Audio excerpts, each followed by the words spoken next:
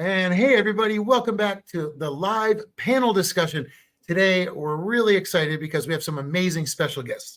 So I'd like to start off right away and introduce everybody. With us today, we have Jeff Kremer, who from the Conservation Game, if you've seen that movie, but also has a lot more credentials than just that, and has spent a lot of years within and outside of the zoo industry, keeping an eye on what's happening and keeping animals safe. So thank you, Jeff, for joining today. Always a good friend, always a great person to get to talk to.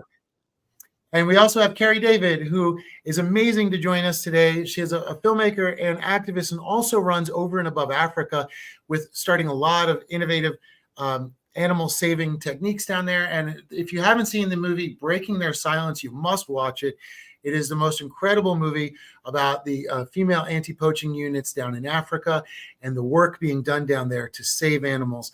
So Carrie's a big advocate and saves a lot of animals out in the wild.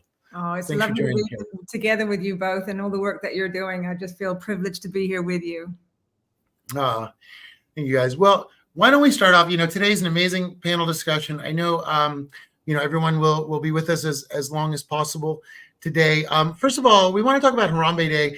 Harambe Day, we really want to use as a way to give people a positive idea that the future can change, because the future always is changing and in certain ways. So real fast, Carrie, I was curious sort of what your feeling would be about how is the wild ready to receive gorillas again, or what's missing from what we need to where we can bring them back to the wild? Oh my God, that is such a huge question, but it's an important question. So, having spent time in Rwanda and climbing the volcano's mountain and spending an hour with those incredible silverbacks, I do feel super connected to them. And I was really encouraged because when we were there in 2018, the guides had told us that for the first time in decades, the numbers had actually reached over 1,000 on those three volcanoes, which was really encouraging. But, one of the challenges is in getting true statistics, because people are incentivized not to give true statistics because they don't want the tourism industry, affected by it.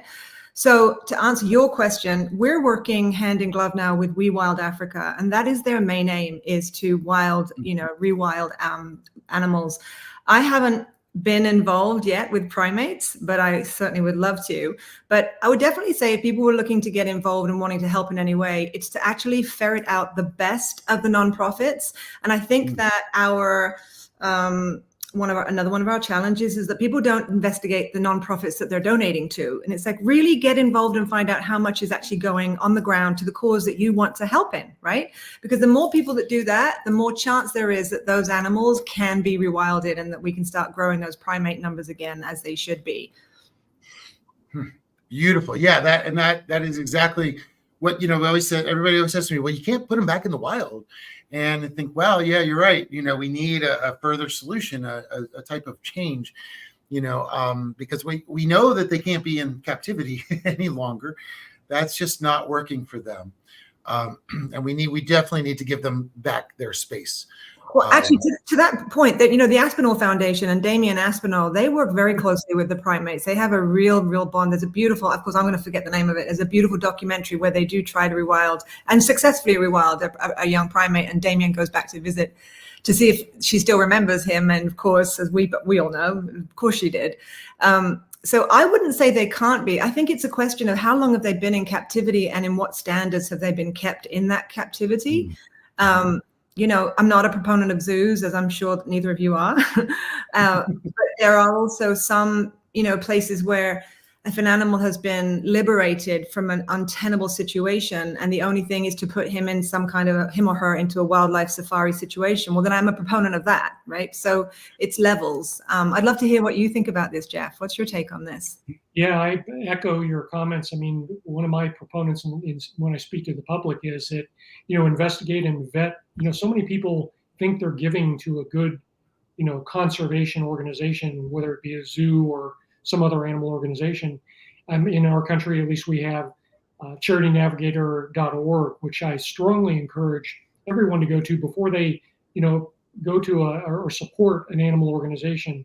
and it really vets them out, vets the organization out. And from the top down, it rates them by stars, it rates them by percentage, where the funds are going, who's getting paid the most.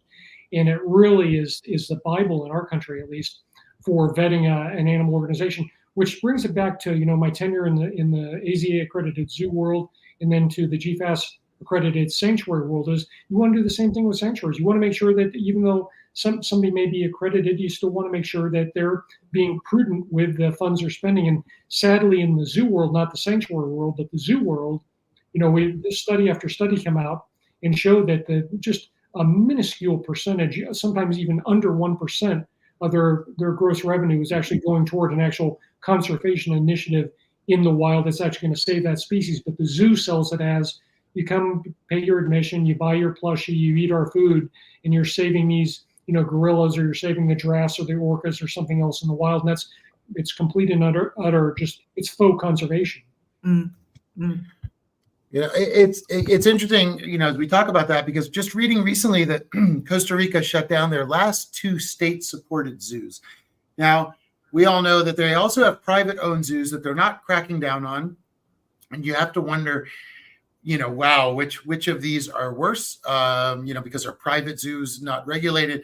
But it's a nice step forward to see a country, and they said basically, we have to see how the animal psychology is. And if they can make it in the wild, we release them back. And if not, we try to help them out. And it's a very positive move. And we're starting to see zoos, disappear as the mode of entry into conservation for many people that feel like they're not near the wild at all. But I think the Costa Rica example is a pretty fascinating example of what it could be done. Jeff, because you've had experience at the zoo, can you imagine that ever happening in our country? Not in my lifetime. And it's sad, I think, and then get back to the fiscal, is like, I'm sure a great percentage of the public doesn't realize that, there's quite a number of zoos in our country that are significantly funded by public tax dollars, right? Mm-hmm. So that's just an added layer to this. This is like, even if you don't go and visit a zoo and spend your money there, you're still supporting that, their policies, procedures, and that captive conservation, concept via your tax dollars. So you need to be, the public needs to be a voice in making these decisions. And you're seeing, it all starts with empowering people with knowledge, right? We don't make a right or a wrong decision. We make the best decision. So I think we just need to continue, all of us as advocates, to empower the public and then let the public make that best decision for them, ethically, morally, or fiscally. Beautifully said.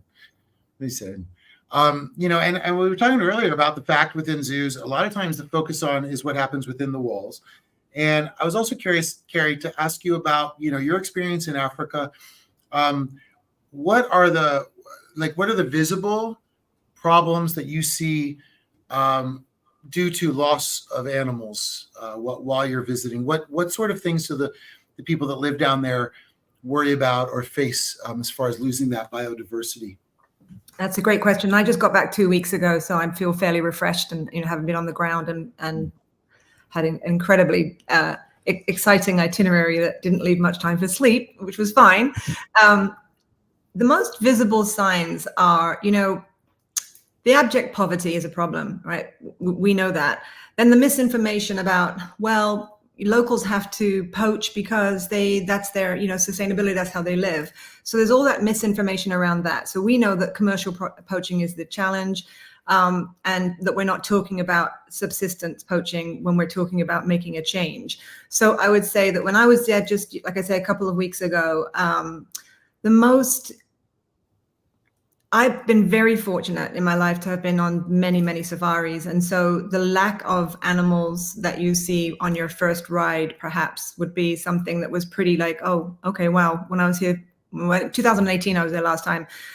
It seemed to be that there was so many more, right? But I would say this was stunning to me, slightly off your question. But we met this couple who were from Ireland, and they were in their late 20s, and they were attorneys. So they're really smart, and they were there for the first time on safari. They had no idea that rhinos were still poached for their horns. So the first thing I thought was like, okay, we need more awareness in Ireland. But then I thought, to super traveled, intelligent people who care. And, this comes back to the age-old problem of how do we get past that echo chamber you mentioned earlier, Jeff, right? How do we stop preaching to the choir and without proselytizing? So we don't want to scare people away. We want, as you had said, we want to encourage people to come to this conversation to make the change. So being in, that was surprising to me. Last time I was there, I was on the ground with women on the front line of the poaching war. And so everybody knew about way more than we knew. And so we were just a thirsty mine of information. And we wanted to be just a conduit for that information, not to put our own spin on it, but to say, what do the women on the front line want to say to the rest of the world to help? So we all three of us live in this world. And so we really, I think, sometimes feel that animal endangerment has become exponentially better because we're talking to the people who are on the ground rolling up our sleeves and doing it. So that was jarring. So I would say that hadn't happened before to me on safari, that I was with someone on safari who didn't even know that poaching was an issue still. Yeah, that's what comes to mind. Well, and that's interesting. Oh, sorry. Go ahead, Jeff, please. No, it takes me back to, my wife and I, we were in the corporate world and she was in the educational world until we were 40, 41 years old, right? And then we thought we went for our dream job to work at an AZA accredited zoo. A community that I was born and raised in. And it was like, knew nothing about the zoological world, right? And then went on to, learn the business of zoos and not be ethically and morally okay with that. And went on to, further our careers in a GFAS accredited big cat sanctuary. And we're like, lions and tigers and bears as pets, like we at 41 college educated, we knew nothing about it. And that's really what struck us to make us want to go out and do something about it. It's like, well, if we didn't know about it, then there's going to be a big percentage of the population that doesn't know about it and are making decisions based on a lack of information. Exactly. See, and that's so true, because the narrative is generally controlled by the advertising. And zoos, as we talked about earlier, they're connected to the cities they're in generally. So they get a lot of that advertising dollar to come in. And, it's so important with movies like this and with the movies, that you guys make. We're all trying to show the other side of the conversation. And it's not always meant to be a criticism of the one side, but an expansion of the concept of solutions. Which and hey, we've got joining us as well. We've got Jeff McCurry and Nicole Slater. Hey, guys.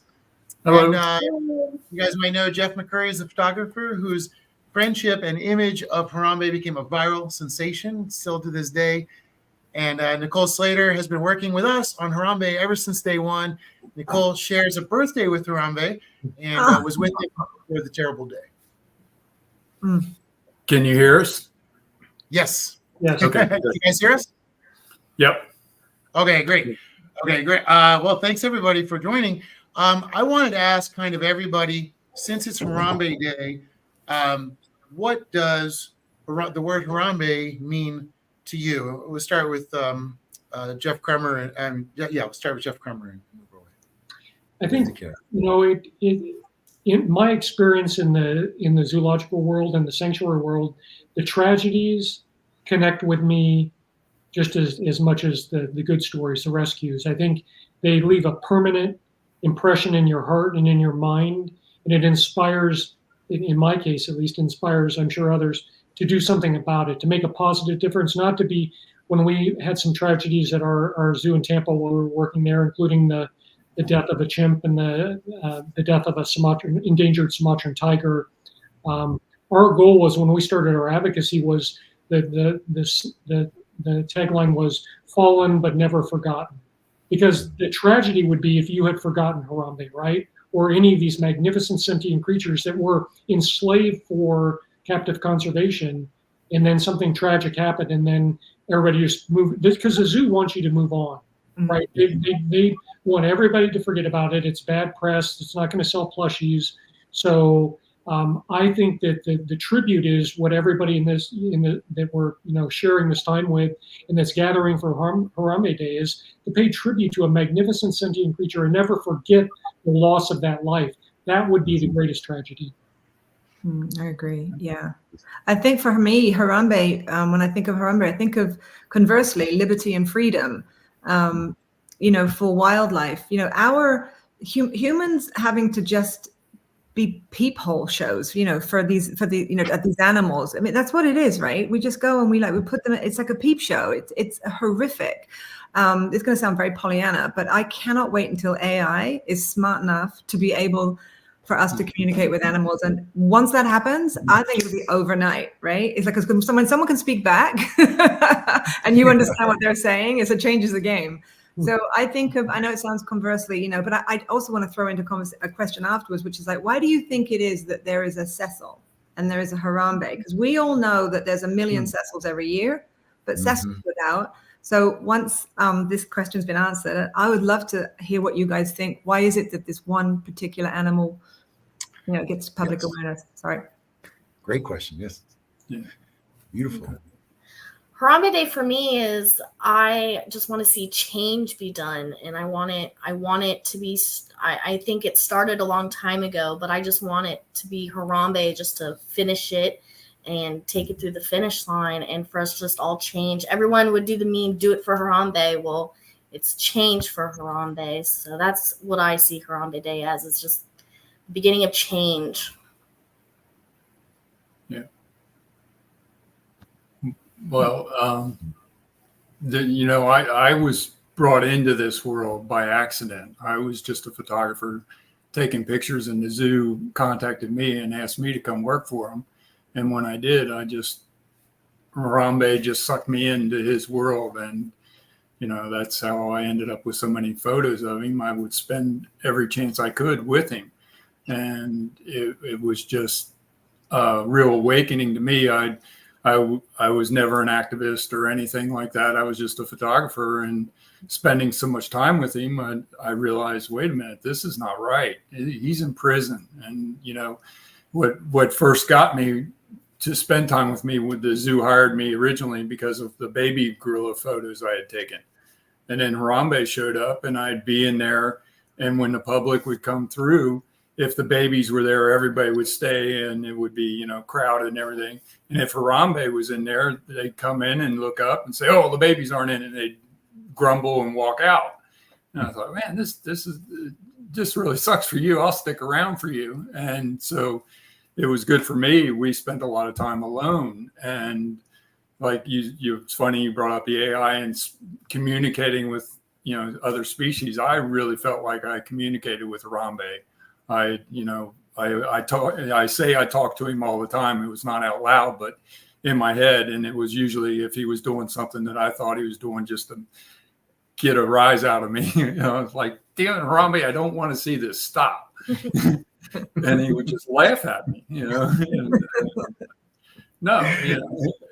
it was just, it really felt like he was there. It wasn't just visiting a stuffed creature or, whatever. It was visiting a living human being, it felt like to me, just that we didn't speak the same language, which for me was no big issue because I can't speak any other language. I have a real hard time learning any other language. So it's just like, hey, it's like meeting somebody from France. I don't understand you, but I still respect you and can see you there and want to, be around you. And then, when this happened, I think what set it off first was somebody got that unbelievable video of him with the child dragging around. That can never be reproduced. That was the best hook to get people interested. But then the way he's stuck around since then is just amazing.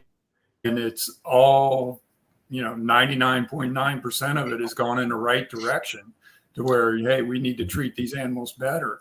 There's still, it's so rare. It shocks you when somebody makes a stupid comment about, well, he deserved to get shot because he was going to hurt the kid or whatever. And my question to them, and I've been asking for a couple of years, give me an example of a gorilla hurting a human or a child. I haven't seen one. Please show me. And nobody's ever responded.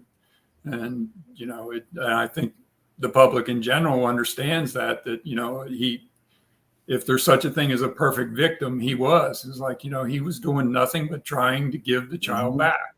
It's like, he doesn't belong here. He's not in my family. Why'd you throw him in my place? And, like the in the movie, Ian says that zoos are really dropped the ball on that. Well, I hope they're doing something behind the scenes, but if it does happen again, I hope they've thought it through and said, hey, there's got to be a better way than, just killing them. Yeah, it won't happen. Yeah, I can't imagine it happening again. And the one thing that I always think of, I would have been second on the list, but if Jerry Stones would have been there, if it was at his zoo, it would have happened. He would have just opened the door and walked out and said, Harambe, give me the kid. And he would have handed him the kid, and it would have been over. And the Cincinnati Zoo, their attitude was completely different. And it was the attitude that they have towards all their animals. That was the real disappointing thing I found working for them for like 14 or 15 months. But one time it was about halfway through, and I was in the communications office one day, and I'd been there for a while, and I was beat. And some reason there was something going on. There was lots of people there. And I looked up into all of them. I said, man, you guys, I don't know how you do it every day working at a jail. Sometimes it really gets to me. And, I got the looks like, who in the hell let this guy in? And my boss looked at me and was like, oh, it's time for me to go, isn't it? And I was like, I exited out the room, and, but that shows how selfish they are. They wanted my photographic skills so bad that they would never even talk to me afterwards about, hey, what do you think about this? We invite a traitor into our midst here or whatever, because they went against everything they believe in, and they're there to make money off the animals, and they don't want to ever admit that they're in jail. And it, coming from me, who they all knew well, I spent more time with the animals than a lot of them did. That it's like, wait a minute, if he thinks that maybe there is something here, but nobody even. It was just like like they're done to Harambe since they killed him. Let's forget about him. And they really, would wish it was. And that's the thing, when he got there, he wasn't there when I first started working there. And then all of a sudden, all the gorilla people and other people started telling me, oh, we got this great silverback coming. You're just going to love him. They were so excited to get him. And then to see how, they just treat him with such disdain once they killed him. It's just such a poster child for this is what they really care about, the money, not Harambe or the gorillas. It just they can't deny it. So and knowing the people in the communications office and whatever, they understand that. It's like, no, we can't say anything, because we're going to say the wrong thing. And so that's, they just shut it up, and, they fired me to get me out of there. Yeah, it is a shame that they haven't really come forward a lot. I've talked to Jeff Kremer about this before, that, they're not very communicative, and Jeff will explain it's really by design. I wanted to welcome in Tim Harrison. Hey, Tim, thank you for joining us. Good to see y'all. Such a great honor to have you here. Everybody, Tim Harrison from the Conservation Game, The Elephant in the Living Room. Tim Harrison has spent his life devoted to trying to save animals, especially from exploitative captive situations. And as we saw in the Conservation Game, I was just kind of thinking about the fact that they replace a lot of those cubs. I was thinking about the football game scene where they keep replacing, I think it was Obi, they keep replacing the same pup over and over. And it's fascinating because, we think of how do people understand animals through the exploitation thing. And it kind of comes back to what Carrie was asking about, why was Cecil so well known? Why is Harambe so well known? When in general, they make these celebrities out of animals, but then just turn it into this vague thing. Like they keep replacing the cubs at the at the football game. You guys that work in the sort of stopping the exploitative aspect of it. And by the way, I don't know if you guys are familiar. I want to point out that Tim and Jeff were extremely important in getting the Big Cat Safety Act passed, and that is intended in shutting down a lot of roadside zoos and eliminating a lot of the problem which comes from this breeding and movement of animals. But I would like to ask you guys about that, the exploitation, and especially Tim, you work with children a lot and have been around children. What do you think they're learning from zoos, and what's the future of how can we improve that? I think we've all seen, the old PBS shows back when I was younger too, where they go and interview children while they're leaving the zoo, and they ask them, "What did you learn about lions? What did you learn about gorillas?" And they've learned really much and nothing, except they want one, or they wanted to be around one, or they wanted to go where one lived, but they didn't want to pay that money to go see it. They just wanted to be around the animal. And they didn't learn much about the conservation of the animal, because looking at a cage is not conservation. Looking at a fake environment is not conservation. And a lot of children understand that. That's why I always tell people when they come in, I was a child, when you read my book, White Magic, my new book out, is that I even said when I went there to ask about what happened to the white tigers at the Cincinnati Zoo, was the first ones to exploit them and sell them to the magicians, Siegfried and Roy, and get them out to the general public. As I asked them, where is Tabitha, the white tiger you just had cub last year? Where's she at? I was immediately shouted down by the teachers. I was like 10 years old. And the teachers are telling me, "I'll just be quiet." No. Then I realized there is no zoo. There's zoo babies, but there's no zoo teenagers. They're going somewhere. Where are they going? So I even knew back then there was a question mark about education, but there's also a question mark about conservation. It was definitely not being done at the zoos. And one thing real quick I'll throw in too. I don't know if you remember the gentleman was just speaking. I can't remember your first name, but you're absolutely right. But I've been going to the Cincinnati Zoo off and on since I was young. They used to have volunteers at the gorilla area. 4 or 5 volunteers would be there at all times to keep people from throwing stuff into the gorillas. Now, I don't know why they changed that. There was nobody there apparently. And this child was able to get in and get into where the gorillas were at, and it should never have happened. All these years they've had that facility there. They had volunteers explaining what gorillas were about, how you don't do this, how you don't do that, how they live, each gorilla by their name. And then years before this incident happened, they stopped doing it. I have no idea why. And I brought that up on national TV after this incident. I said one of the main reasons is the Cincinnati Zoo did not protect the animals. That's the main goal. You're going to use them for exhibition, but you're not protecting the animals, and you're also not protecting the people, because things happen being thrown back also.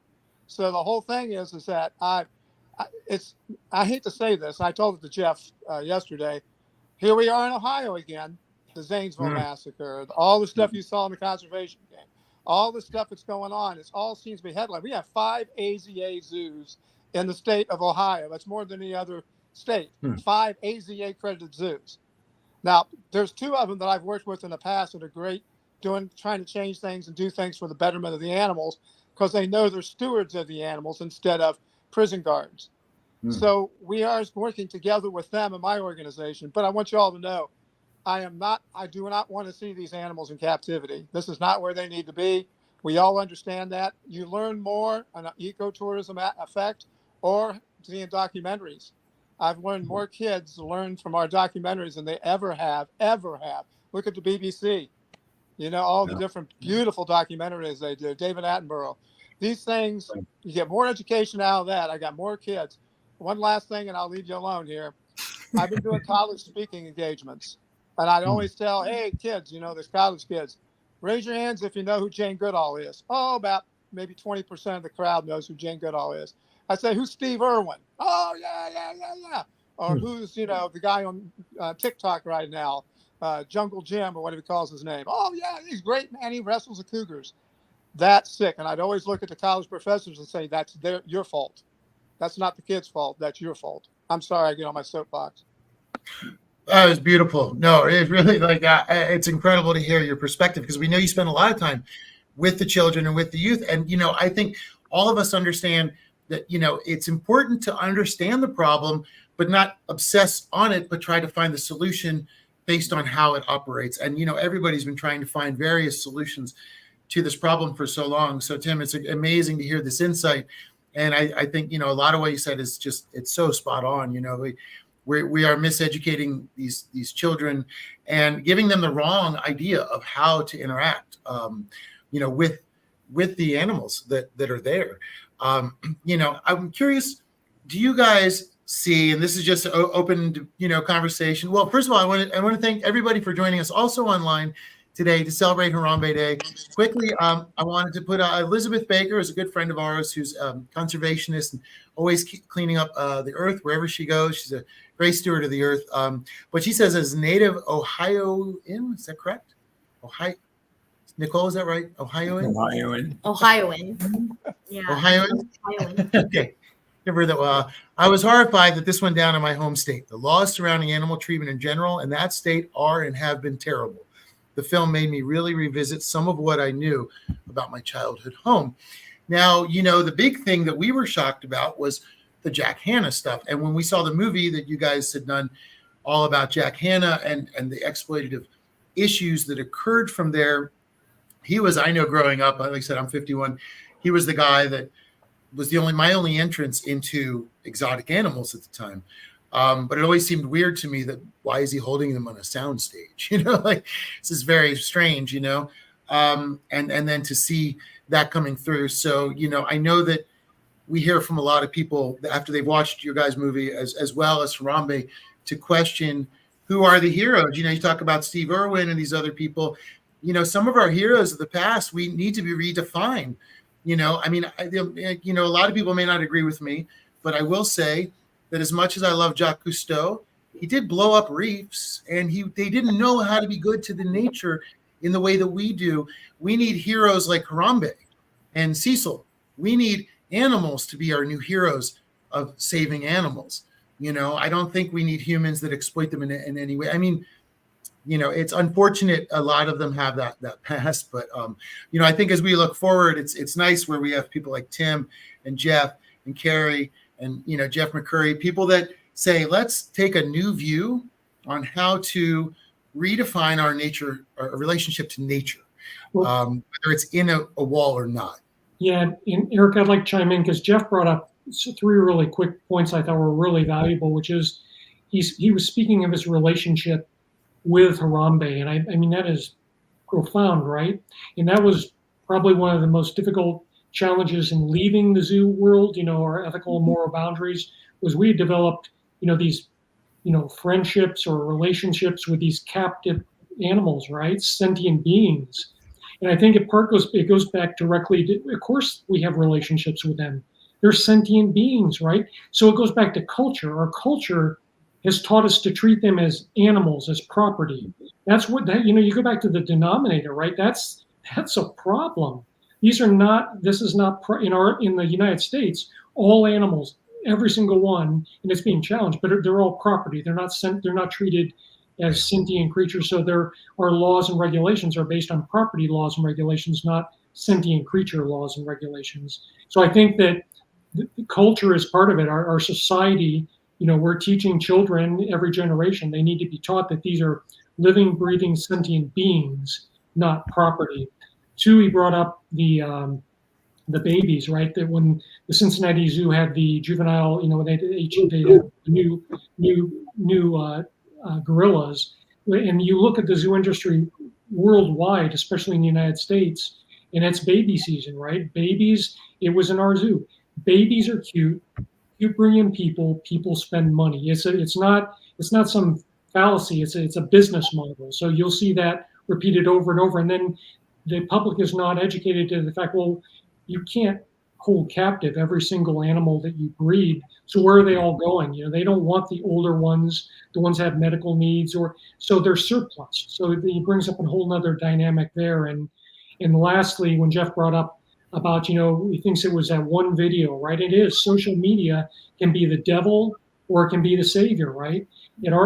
Realize that's part of the zoo business model, right? So at the zoo, we had a protocol because one of my departments was security. And, when we had an escape, and the escapes happened on the average of at least once a month, it wasn't always going to be the Sumatran tiger or the elephant that got out, the elephant that we got numerous times at our zoo. Well, we had a protocol, and that was one of the things was you shut down the sky ride. You minimize the chance for the public to take pictures or video of these events, right? It's in their business model They know it's going to happen, and they have a protocol to try to minimize the damage.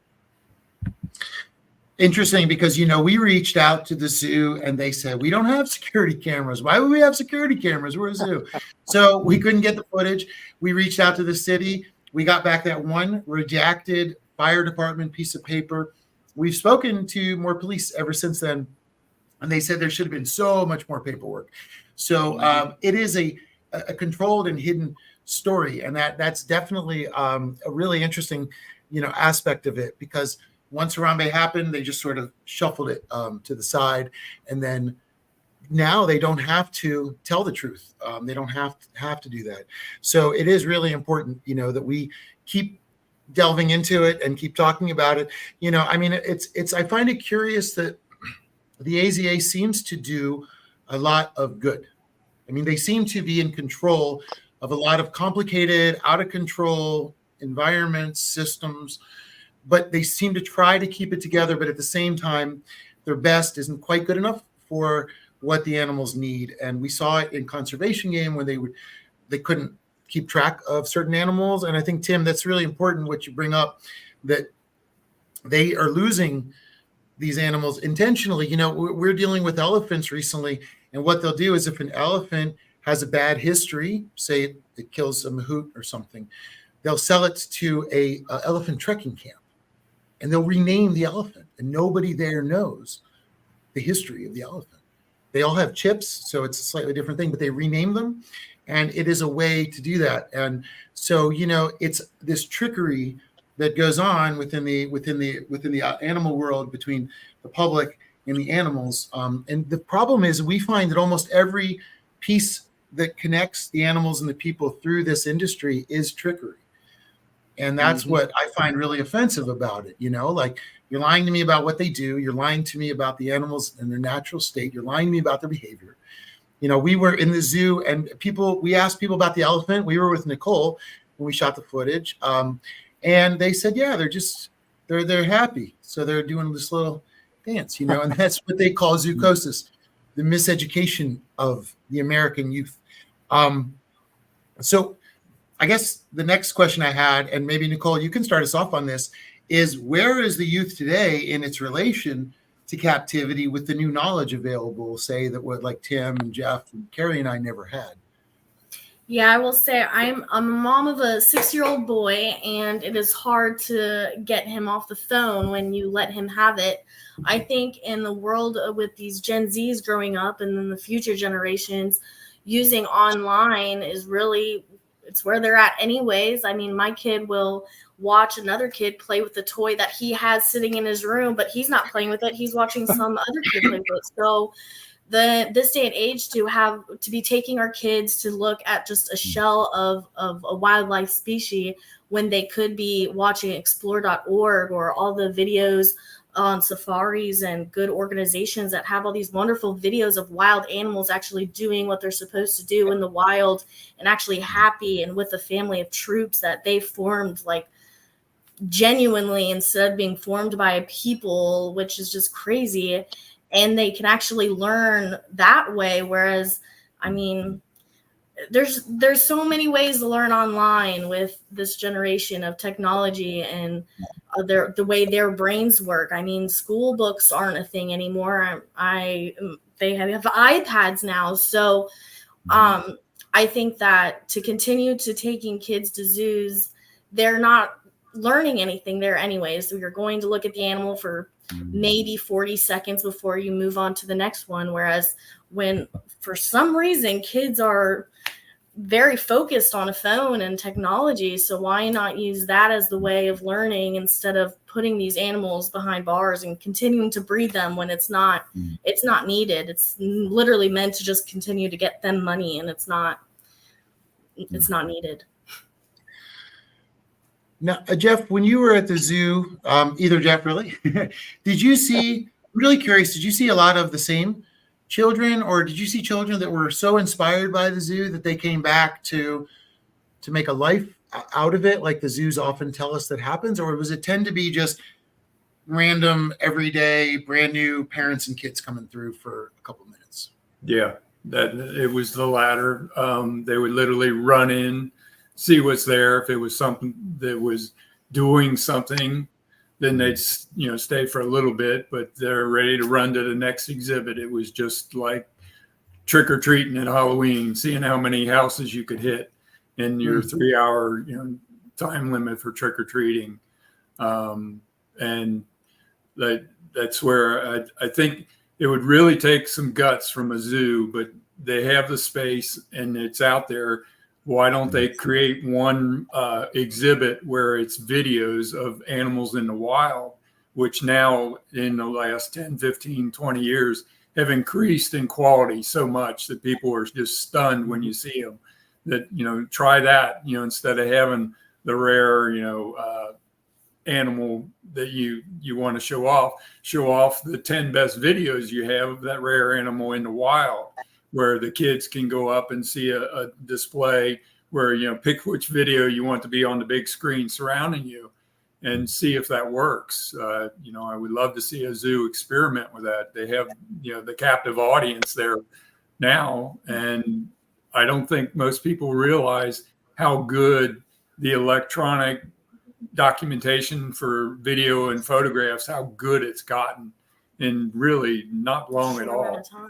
And it's way better than what you see at the zoo. I think they could, show people, whatever you name it. I keep thinking like a snow leopard. The snow leopards, they were right across the hall from the gorilla exhibit. So I would wander back and forth a lot, and it just killed me watching them. They would literally, they had a completely fenced in cage where the roof was fenced and everything. And every once in a while they would get so crazy, they would run around the cage on the wall. And it was just amazing to see, but it's just like, yeah, you guys imagine seeing this, in the Himalayas where you're supposed to be doing this, how spectacular it would be. And we have videos of that now with them, they're still so hard to find, but there's enough out there that people have tracked them down and taken videos that it's like shows somebody, the kids something that they could never see on their own. And the kids are used to watching videos now. I don't think they need to see a live animal laying there sleeping to understand how magnificent a snow leopard is, see what it does in the wild. And I really think a zoo, it's your chance, one zoo, to take the step across that big border that they've created.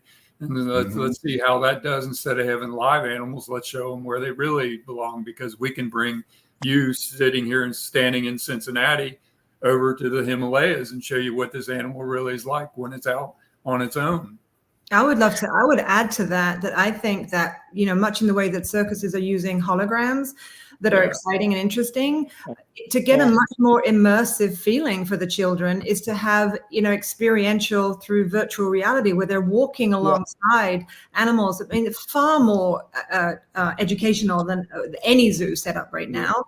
And because I sit here on the other side saying, well, I'm seeing the poaching, right? So I'm involved in the commercial poaching aspect and trying to put a stem of flow of that, hideous venture. But I'm sitting here thinking, really, okay, let's just release all of the captive animals and put them back where they belong. And then now the poachers are going to have at them. I'm like, I'm just sitting here thinking they're screwed. And why are they screwed? The monetization of slavery is what we're doing, right? Because humans are involved. And wherever humans are involved, there's greed. It's all monetization. So really, how do you address that? It's like with poaching, people say, well, how can we stop it? It's like, well, it's supply and demand, right? So first you have to staunch the demand, because when that's gone, then no one's going to be spending their time dangerously trying to poach an animal out there.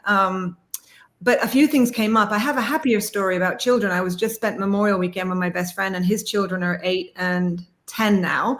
And I got back from Africa a couple of weeks ago, so I was able to show them from the safaris that we went on, the animals. And my intent in showing, well, they've never been on safari, so my intent was to let them see the animals. But I wanted to hear what they would say, because they have been to zoos. My friend is a huge animal. He loves animals too, and he wanted to introduce his children. He doesn't know this side of zoos. This is why this kind of a conversation is so important. Obviously, I've had a conversation with him, but the kids, both of them, 8 and 10, boy and a girl, said, why do we have to interfere with animals? Why can't we go and see them there where they live? And it broke my heart, because that's the question, right? That's what we want to have happen.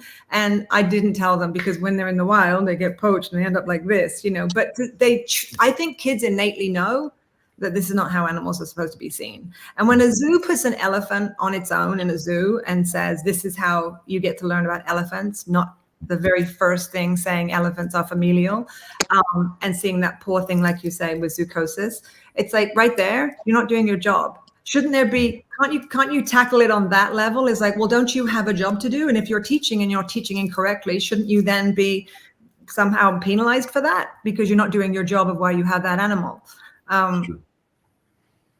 It's a challenge, yeah. I mean, I know none of us are ever going to stop, and that's wonderful. But if I can just leap back to that question about Cecil and Harambe, yes. My question about it being, just take over here for a minute, Erik. Please. I was like, you know, why is it every now and again one animal will stand out? We all know how many hundreds of thousands of animals are killed horrifically. But every now and again, there'll be a Cecil and a Harambe. And what I marvel at as a filmmaker is how many millions of people around the planet actually care, actually give a damn, a genuine damn to get up out of their seats and go and protest. And yet mainstream media, when we're pitching projects, they don't want to buy these kind of projects from us, right? They don't want to fund these kind of projects. And it's like, why? You've seen now millions of people will watch these projects and they don't do it, which comes back to monetization and greed. I'd love to hear what you guys think about any of that. Well, I can say right off the bat, I'm 100% for virtual reality. 100%. If you take your kids or grandkids, take them to one of those prehistoric animal places where the animals are animatronic and all this stuff, and they interact with them and they make the noises and everything else. They get twice a bigger crowd than they do in any zoo in the same area. It's one of those situations where, and it's also more educational, because you're actually looking at an animal. Your child's going to tell you what it's about, because they're interested in the dinosaur. Before the children even get to the zoo, there should be people going out doing outreach programs to the schools in the area saying, this is where a lion's supposed to live.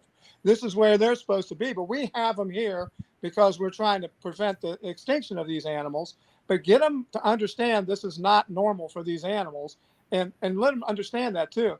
I just remember vividly, I was with Tippi Hedren years ago when she told me, she goes, Tim, the only way this is going to stop is if the children, and she's not talking about the children at that time, the children's children, look at the situation and go from Erik's documentary, from ours, and Jeff and I's, and all the rest of what you people are doing and speaking. Because Jeff, the photographer over here, the guy, I was amazed by your photography. It brought Harambe to my heart. That's why I'm here. Because as you saw in our movie, Jeff and I, we put pictures up when he puts a picture on his computer. I put pictures on the wall like old school policemen. And those are my faces. Those are the things I get up every morning. I've got what I'm doing. I got 3 other ones I'm working with now over where I get up in the morning, brush my teeth. So I use those faces like you talk about, Cecil and, Harambe. We had Lambert and the elf in the living room. People were calling the Big Cat Public Safety Act, which I helped put together. They were calling it for years the Lambert Law, from that lion that was killed in that movie. And the whole thing is the people want to see, and they want to see something done, and we're not moving fast enough. Trust me. I'm amazed at how fast things moved after Blackfish on some of the things. Because I work with Carney and Nassau, Jeff and I do, and things move so quickly, and then they kind of slow down again. And then it moves real quickly again with Cecil, and it slows down again. We have to be able to ride those waves and continue riding that wave until we finish the surf. I know you guys aren't surfers, but go along till we finish that ride and get it taken care of. And we can do that. Look at the people that's involved with this right here. And I've met so many great people around the world now, that they know we can take that next step. The problem is that you were saying before, it's monetary. It's all the old school. This is how we always did it. This is I'll tell you one happy thing real quick here before I get off. I work for TEEX, and I work for the National Emergency Response and Rescue Training Center. I'm a human animal advocate. That's my title. I do all the human disasters and everything else and help with the animals and natural disasters and man-made. We have a program already set up for zoos, tabletop, on how to prevent what just happened with Harambe. We've already done the Denver Zoo, and we're in the process of doing other ones now. And within the next year, we're going to be doing more pre-planning with local law enforcement and everybody else how to get ready for a natural disaster inside your zoo or man-made when something happens like that. So we don't have the animal be the last one that has to be taken out. That, as Jeff was talking about, get people out of there is the main thing. And when something does happen, keep the people away from the situation. You'll be surprised when something happens like this, like at the Dallas Zoo here recently. I was on News Nation on that one. The guy cut the animals loose and turned the primates loose. Is that everybody's just running. Even well, remember this San Francisco Zoo? I talked to those law enforcement officers who were involved with that, shooting the tiger Tatiana after it jumped out of the pen and killed a boy and seriously injured the other two. Those guys will never be the same. Those officers have post-traumatic syndrome, and so do the ones at Zanesville when I spoke to them after that situation in Ohio. They don't want to shoot these animals, and they don't want to be involved with this kind of madness. And the person from the San Francisco Zoo was supposed to be in charge of their pre-planning and setup for emergencies. They hid in the cafeteria and called 911. So that's how the cops got involved. 2 police officers in a cruiser drive up on that scene, and they had to shoot that tiger with their hand weapons, 45s. Think about that for a second. That's a hell of a way to die, ladies and gentlemen. And that's just like in Zanesville. I never want that to happen again. They shoot some of those animals 21 to 22 times because they don't have the weapons to take them down. It's ridiculous. It's absolutely, I'm sorry, I'm getting on my soapbox again. It's ridiculous. I'm just like the young lady over there with the poachers. Just remember, when the conservation game opened in New York, one of the individuals was there, came up to me, used to work with the anti-poaching team. He goes, how many snow leopards died during the filming of that movie? We said 12 that we know of. 12 died after being used. How many died over there, guys? I'm asking him, how many died over in the Himalayas? 0 during the same time.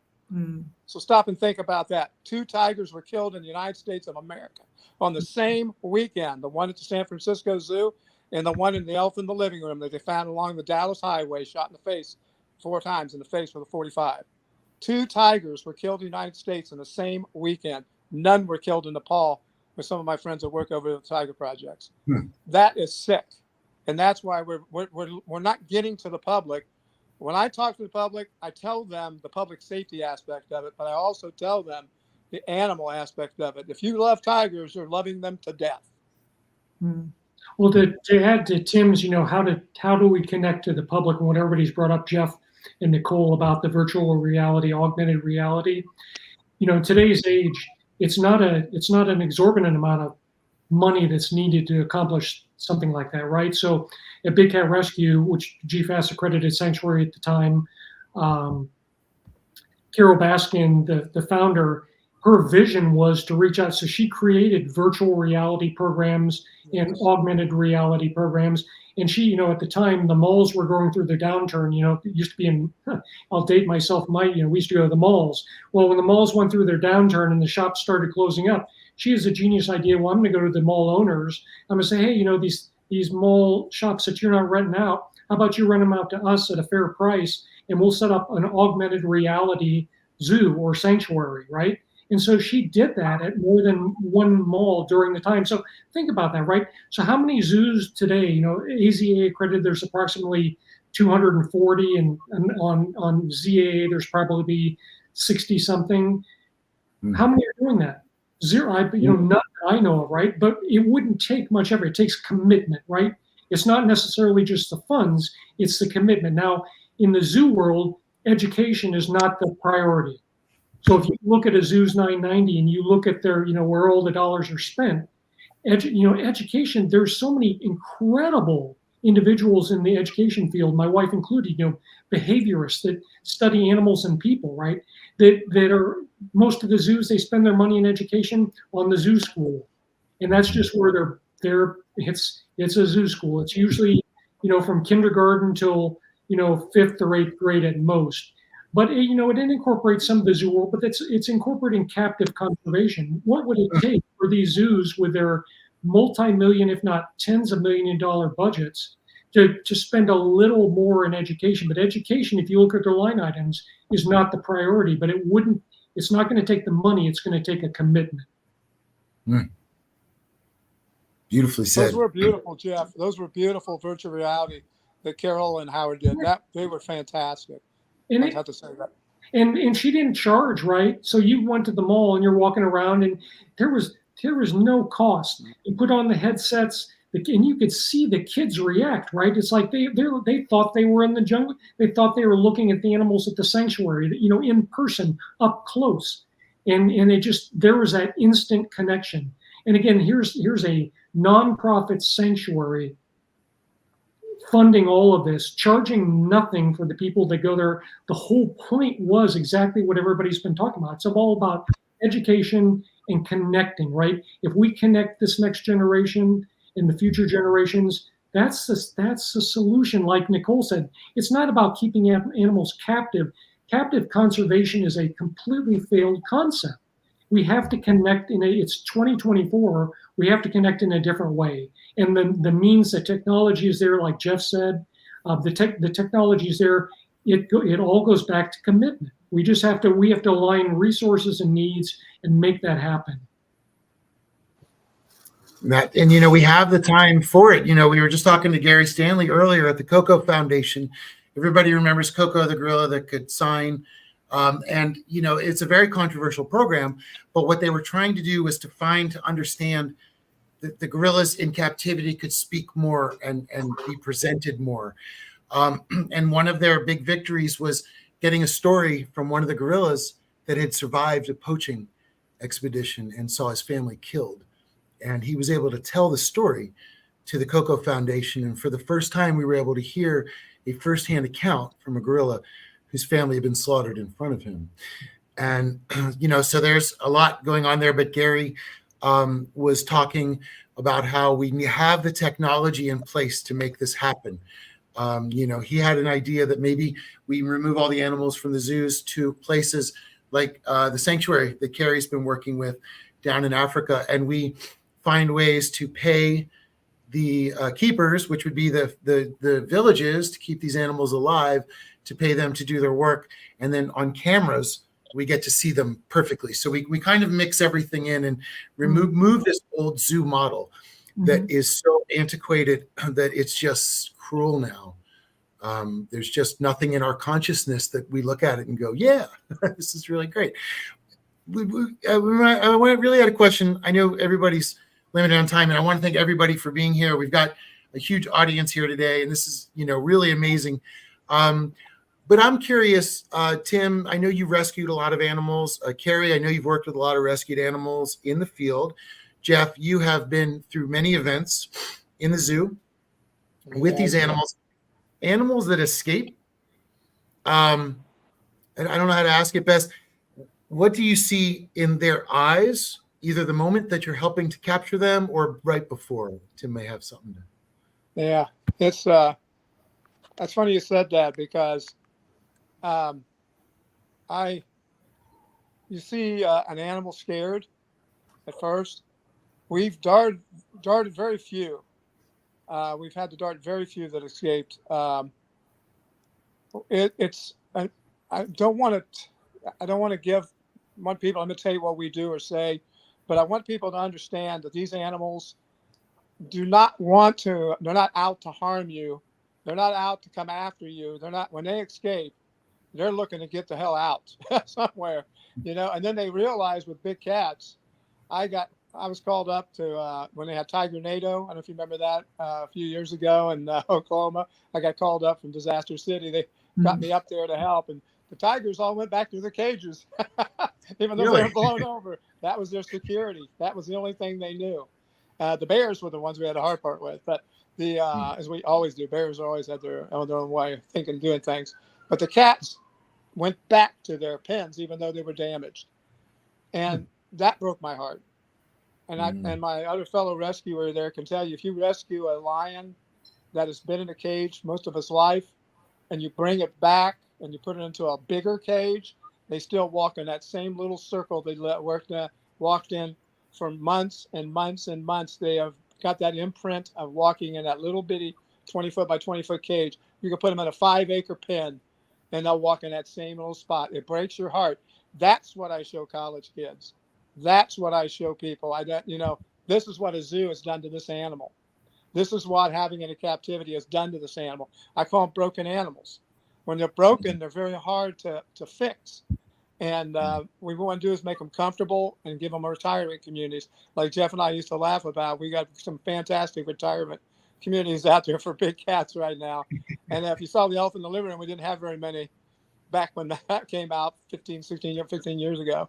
But now we have a multitude of them now that are doing a great job. And that's the same with primates. Things are catching on really well with them.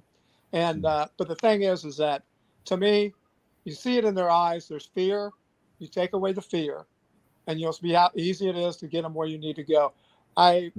If you watch in the elephant in the living room, you'll see me move one of the lions with a snow shovel out of a broken cage. I just walked towards him with a snow shovel, and I talked to him so calmly. He runs into his cage.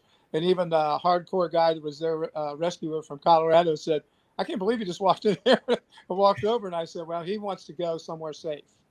And I want to make sure I'm helping him without scaring him too badly. But I let my friend from Africa to take over. But you see it in their eyes right off the bat. And you'll see comfort once they're sadly back in a cage. And that'll break your heart. When you see that they're comfortable, right? They'll sit down. That breaks my heart. That's a wild animal. It should never think that's its home. I think differently, I think, than other people. I just don't see it. That's not fair to that animal. To be back in that little rolling cage for us to take it back to someplace safe. That animal is now comfortable a little bit, feeling it's inside something like that. It's really sad. Really sad. It's crazy that their nature is changed by being born into captivity. We were talking earlier about being born free, and that may be the only solution. We if we were able to get these animals to a place like these retirement communities where babies could be had there, if there were to be babies to be born free, would be maybe the only way. Because that sounds wonderful. But I go to Carrie because we have to support organizations like hers. The solution is in the wild, right? Yeah. It breaks my heart. Like Tim said, when we would have the escapes at the zoo on a monthly basis, and it was every kind of species, from Sumatran tiger to elephant to wattle cranes from Africa to just everything. It's a failed, and you'd see that fear. Fear, number one, realize if anybody hasn't seen Born Free, USA just came out with I had the privilege of contributing to Clawing at the Cages, their new investigative report that's out, and they had a great webinar that went with it. It's just groundbreaking on the zoological world and keeping of big cats. And and one of the points they brought out in the document in the webinar is that when you go to a zoo, right, you've got we have the Asia domain, we've got the Africa domain, we've got the Australian domain, and they're all next to each other, right? So these animals that are escaping, number one, like Tim said, that sadly that cage is their home, right? They're enslaved to that for their entire life, right? So that's the number one tragedy. Two, they escape from that. They have no idea. They've never been in the wild. Number one, so they're confused. They've got people chasing them, so they're even more confused. And they're in these habitats that they know, it's for people. Zoos are for people, right? The habitats that the zoos created are all for people. Talk to Carrie and let's save the wild and fund the anti-poaching units. And that's the solution, right? Is saving the number one threat to every sentient creature on planet Earth, including humans, is lack of habitat, right? Loss of habitat.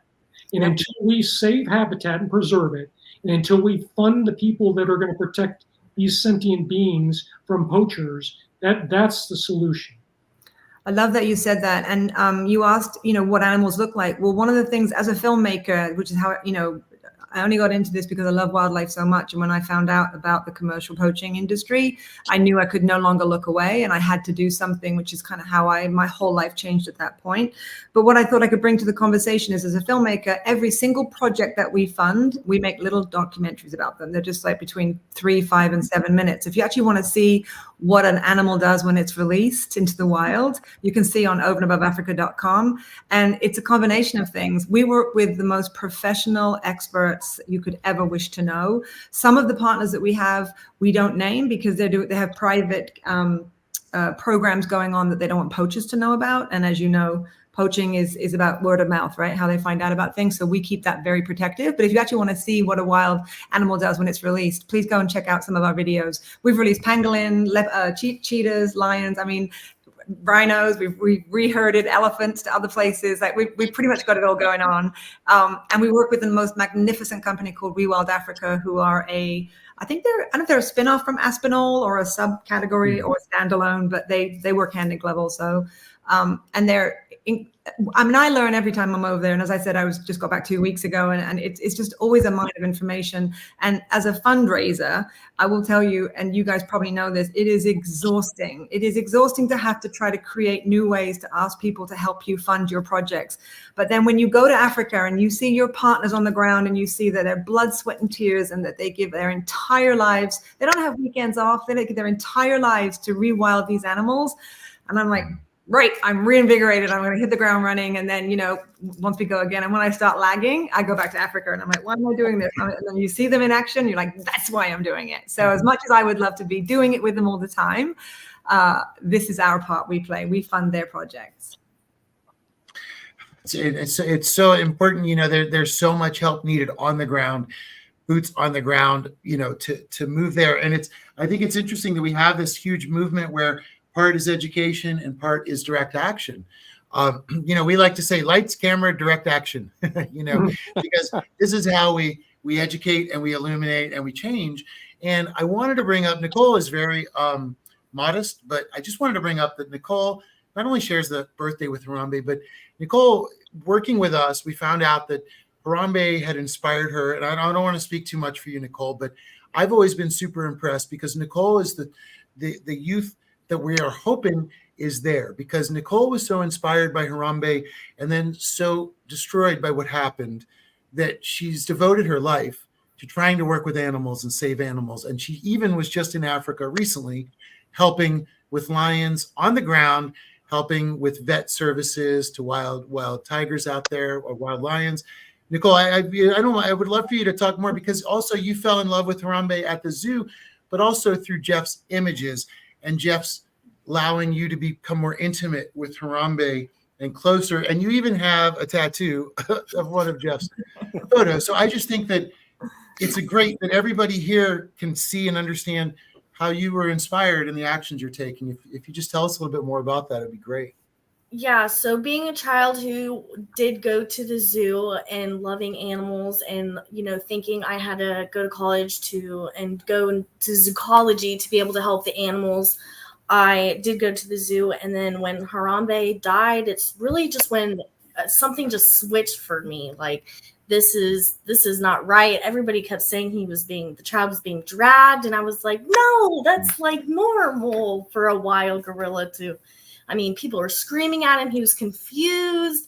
I could see that he wasn't hurting the child. If he wanted to hurt the child, it would have been seconds of the child being cautious. And I just think that it was crazy for me that I could see like Harambe was not harming the child and everybody else just thought it was like this, like he was going to kill him. And I just knew he wasn't. And then that he died. And I was just, it just shocked me, and it really flipped the switch for me. And now I redirected my classes and education of conservation, and I found the wild spirit, and I did go to Africa last August, and I got to learn the medicine side of conservation. I learned a lot. It was a great experience. I've always wanted to go to Africa and see the gorillas, but going to Africa for the first time and seeing lions and elephants and giraffes, I got a bigger admiration for wildlife as like a whole, and it was a very good experience. And I just really admire everyone in Africa doing the work that they are doing. I admire everyone that, you know, is trying to fund the work for that, and I try and do my best. And I appreciate everyone doing that. And I just can't wait to learn more and do more and continue to, you know, try and get other people's switches to flip, because that's what it's going to take, is everybody just recognizing and realizing that we were miseducated, we're misguided, and there are things we can do to just change it. And they're easy changes, you know, just don't go to the zoo. Sit at home, watch TV, explore.org. I mean, YouTube's great for looking at wild animals, and I just want people's switches to flip, because that's what's going to change it. You know, talking to Nicole about the moment that happened, I did want to ask everybody while we're on our panel today, do you remember hearing about Harambe's tragic death? And if you could take us through that moment that you remember of hearing about it. Carrie. Oh, sorry. That's okay, or just anybody to start. But no, for me, yeah, it was all over. It was on my front page news everywhere. It's on. It was just, you know, I'm like you guys. I was bawling, you know, and angry, and it's just one of those moments where you know, you're just ashamed of humankind, that we're still this, you know, this far along in history, and we've moved nowhere, right, with our relationship to each other and to wildlife. So. Yeah, I don't remember what I was doing. I just remember being like shut down for the day, emotional, crying, and then of course talking to everybody about it. How could this happen? And the footage was just so shocking, because he was so clearly not trying to hurt the boy. And that was not like, you know, what do they call that, Monday night quarter? What do Americans call it? Monday night quarterbacking. Yeah, that's right. You could yeah, like you were saying, Nicole, like if that animal wanted to kill that child, he'd be smacked on the floor like a coconut, you know, and it would have been immediate. That was not what he was doing. And I'm not a behaviorist, but you're quite right. Everything that he was his behavior was, I'm protecting this child, and he was scared and he was confused, and it was also obvious in the moment. And I don't think I ever got the answer, maybe you guys have this, of why he wasn't tranquilized, why it had to be a kill shot, because, and even if, you know, it's been said a million times, it's a whole new platform, say it again, let people know why that didn't happen. Who would like to I talk about that, Tim or Jeff? Yeah, I was just going to say, I could just say real quick about the darting. I've darted all kinds of different animals. Is that a lot of times if they're the child, they feel the child's in danger. When you dart, you have to guess at the weight, and you dart, especially with an animal that's already had adrenaline rush. When I was actually in Texas teaching at Disaster City, when they showed it on the big screen there during our class with all police chiefs, fire chiefs, government officials who were teaching there in the class, and they were all stunned and scared and upset. And I was basically, in my mind, I'm screaming at the screen, going, get everybody out of there, quit screaming at this poor gorilla, quit screaming at him, and yelling and screaming at the gorilla. I said, this is the most ridiculous thing I've ever seen. There should have been people there, as we said, volunteers or somebody, to move those people out of there to calm the situation down. And what darting is, you cross your fingers, trust me, if you hit that gorilla with one dart, if you hit the gorilla, I've tried to dart large primates before, and they catch the dart in midair. You'll shoot it at them because you don't want to drive it through their body. You just want to hit them with it. And what'll happen is they'll catch it in midair and throw it back at you. If you dart it, yeah. Wow. Balloons, I've had them all. They're smarter than we are, trust me. But it ends up, if you hit him, say you hit him and you hit him with the stuff, right? Stuff, got some ketamine, everything, romping's working, everything's working. It could take up to 12 to 15 minutes before he goes to sleep. Yeah. So they made a decision to do what they did for the safety of the child. Is what that's their story. Yeah. But with those, they're supposed to be the gorilla experts. The people there are supposed to be experts, which I always say, somebody tells you they're an expert, run away as fast as you can. Somebody's going to get hurt, right? We're all learners. We're all in the process of learning. I've seen too many people hurt by sharks and everything else, but I'm an expert. And, so yeah, when they should have had enough knowledge to know to calm the situation down. We do that as police officers with somebody holding a hostage. Okay. So if Harambe's holding this baby hostage, what's the first thing you want to do? You want to calm down the situation. No yelling, no screaming, no flipping around. It's calling by his name, relaxing. Everything's good. Throw something down there he might like to eat. Throw something down there, just to get him away from the child for a period of time. And whatever you can do, but calm the situation down, de-escalate, as we call it in the police work. So I didn't understand any of that. And we were, not just me, some of the top police chiefs from LA, New York, all over the country were there yelling, stop what you're doing, de-escalate, de-escalate, because they felt the same way I did. Now, it may have been safer if they would have called the police in, because they may have reacted a different way. I don't know. I'm not an armchair quarterback, and I like that what you said. That. I wasn't a sports person either, clearly. It broke my heart. It broke my heart to know this even happened. And the first thing out of my mouth is, where were the volunteers? How did that kid get in there? And that was but it broke my heart. I'm sorry to step in there, but with the darting, it's not as easy as people think. It's not like watching the old TV shows, Marty Stauffer and all that stuff, Wild America. It doesn't work that way. Yeah. To chime in with Tim, you had an instance at it was Lowry Park Zoo. It's now called Zoo Tampa, but when the Sumatran tiger got out, like Tim said with the dart, you're lucky, and it depends on the species, right? So an orangutan's going to be different than a chimp, and a chimp's going to be different than a Sumatran tiger. And with a Sumatran tiger and all the fur, you're going to be lucky from depending what angle you have. And in the case at our zoo, I believe that more than one of the darts did stick. And then all it did was, when it did stick, it agitated the Sumatran tiger. And you agitate a 350-pound Sumatran tiger, and like Tim, to echo, and again with Tim, it's going to take 10 to 15 minutes if you're lucky for that sedative to take effect. So there's too many variables there. So they defaulted in our case. The CEO of the zoo, took the shotgun and put 6 rounds into her, and a beautiful girl named Inshallah. So for Harambe's tragedy, it just took me back to all the tragedies that we experienced at the zoo. It took me back to Zanesville, because I know exactly where my footprints were when that happened, and was living through it going down. But it just took me back to all the tragedies of these animals that have been subjected to captivity for their entire lives in an unnatural setting, and to see them die as a result of that, right? There's just simply no excuse in humankind to be allowing that to happen. Bless you, Jeff. Bless you. Also, too, you don't want a drug-crazed gorilla playing with a child anyway. Yeah. Yeah. And this brings up the point of the dart team. Okay, Tim, you've been working with the zoos. I'm really curious how they're reacting to the new ideas of working, because to me, the dart team is it's an antiquated concept.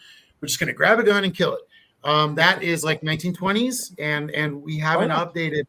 And I feel that Harambe, they counted it as a success of the dart team. To me, it was the biggest failure that we have seen within the zoo's planning. How are the zoos reacting to new ways of dealing with this? What are you finding out there? It's we've always done it that way mentality. That's what we have also with police chiefs, fire chiefs, and we always done it this way. Well, no, we got new ways of doing things safer and better. But the one thing that we are getting reaction from, since we did the Denver Zoo as our first one we did a tabletop with, I've discovered that the darting teams never dart anything. If you ever watch the old PBS show years ago where it showed them, they had cardboard cutout dart rifles, cardboard cutouts as tranquilizer. Then they had a shotgun, cardboard cutout. Nobody's ever shot anything before. So they're all running around with a little girl dressed as a tiger running through their zoo. That's what they showed as their training.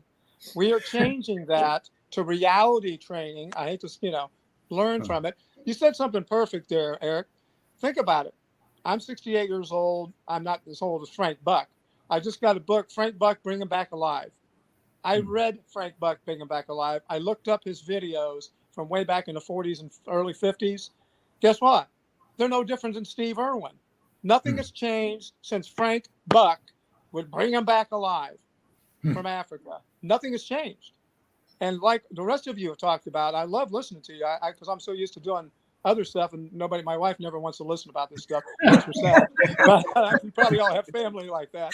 But it's one of those things where think about it for a second. We have not evolved. We all have evolved. Us, we all have. We've seen zoo people evolve. I've got some great zoo directors out there that have stepped up and trying to change things, and they're evolving. We are still in the Frank Buck bring them back alive mentality that, man versus nature, not man with nature. It's one of those things that we have to evolve. We have to help these people along, and they're very private, as Jeff will tell you, especially since we did documentaries. They're a little nervous about having me around, but then they invite me in because they want, and like I said, I just went at the Akron Zoo and they invited me in, and we showed the documentary up there, and we talked to a bunch of other zoo directors from up there. Everything worked great. And then he stepped up to be part of the commission now, the Wildlife Commission thing that Susie Rapp was in charge of before, you remember? She got kicked out because she's doing bad things. We caught her at. So he's in charge of doing that with all the different people stepping up and taking positions now to change things. So I think we're in a good turn. Let's just don't hope it, like we are all talking about, blows over in a few weeks, if you know what I mean.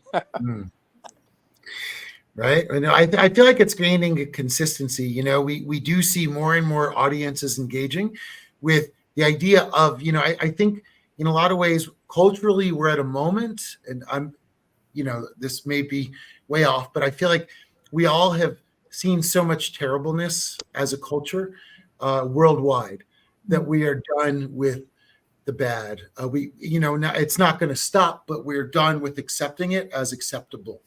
And I feel like a lot of the younger generation is refuting things that, even my generation was like, well, it's just how it is, and so really hopefully that in this tumultuous sort of changing of the guard, that Nicole's generation picks up where we are, and this is why it's so important that we all do these movies, do these discussions. I know that everybody right here on this video right now, plus Sierra, who's helping us produce this right now, we all spend every day focused on this. And the thing is, it's all about person-to-person education that cannot be censored. Our TV shows can be censored.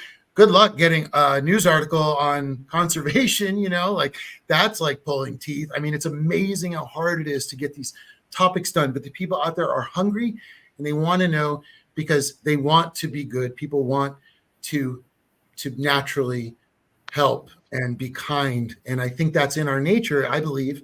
And I believe that people are born that way. And that's why they're so connected with animals. And over time, the adults and society will try to dull that a little bit. And the kids say, we want a new society that doesn't dull that emotion. We want to be part of the world. We want to save these animals. So I have a very inspirational feeling that like all the work everybody's doing is creating a new dialogue that allows the younger generation to pick up new ideas and say, hey, maybe this instead of the zoo is conservation, So it's really great, Tim, to hear that the zoos are also willing to change because, maybe there is a solution with the zoos. Right now, they are very challenging to discuss. And it's good to hear that some of them are leading the way to change, even though like in Cincinnati, unfortunately, we know that they're bringing elephants in after elephants were declared sentient and no longer to be allowed used in circuses and other things in England. And they're moving some of those same elephants to Cincinnati. Yeah, and Eric, to the elephant issue, there's a case that it was just announced. They're bringing it to the state Supreme Court in Colorado to challenge that law out there that the 5 elephants, I believe, should be retired to an accredited sanctuary. And I was part of our zoo in Tampa when Lowry Park Zoo Tampa collaborated with the San Diego Zoo and went to Swaziland and air quote rescued 11 elephants when in fact they were just stolen and bought from the king or with the king's permission. And I was at the zoo when we took 4 at Zoo Tampa, and the other 7 went to San Diego. And I'll have to say, zoos are not the problem. I still have wonderful friends that work at some of the nation's leading zoos. What we found in the zoo were there were 2 different sides, 2 different working departments, and it's the operations and it's the animal caretaking. And the animal caretakers are just like all of us here today. They really give their lives, 98% of them give their lives toward the well-being of those sentient creatures. It's the business side, that the operation side, that's the problem. When you start butting heads, the operation side is going to win that battle most of the time. So I think that, the zoos aren't the solution. We just need to be an effective voice within them, like Tim's doing with all the zoos. You need to bring solutions to the table, right? You can't say zoos are bad, they're going to go away. They're not.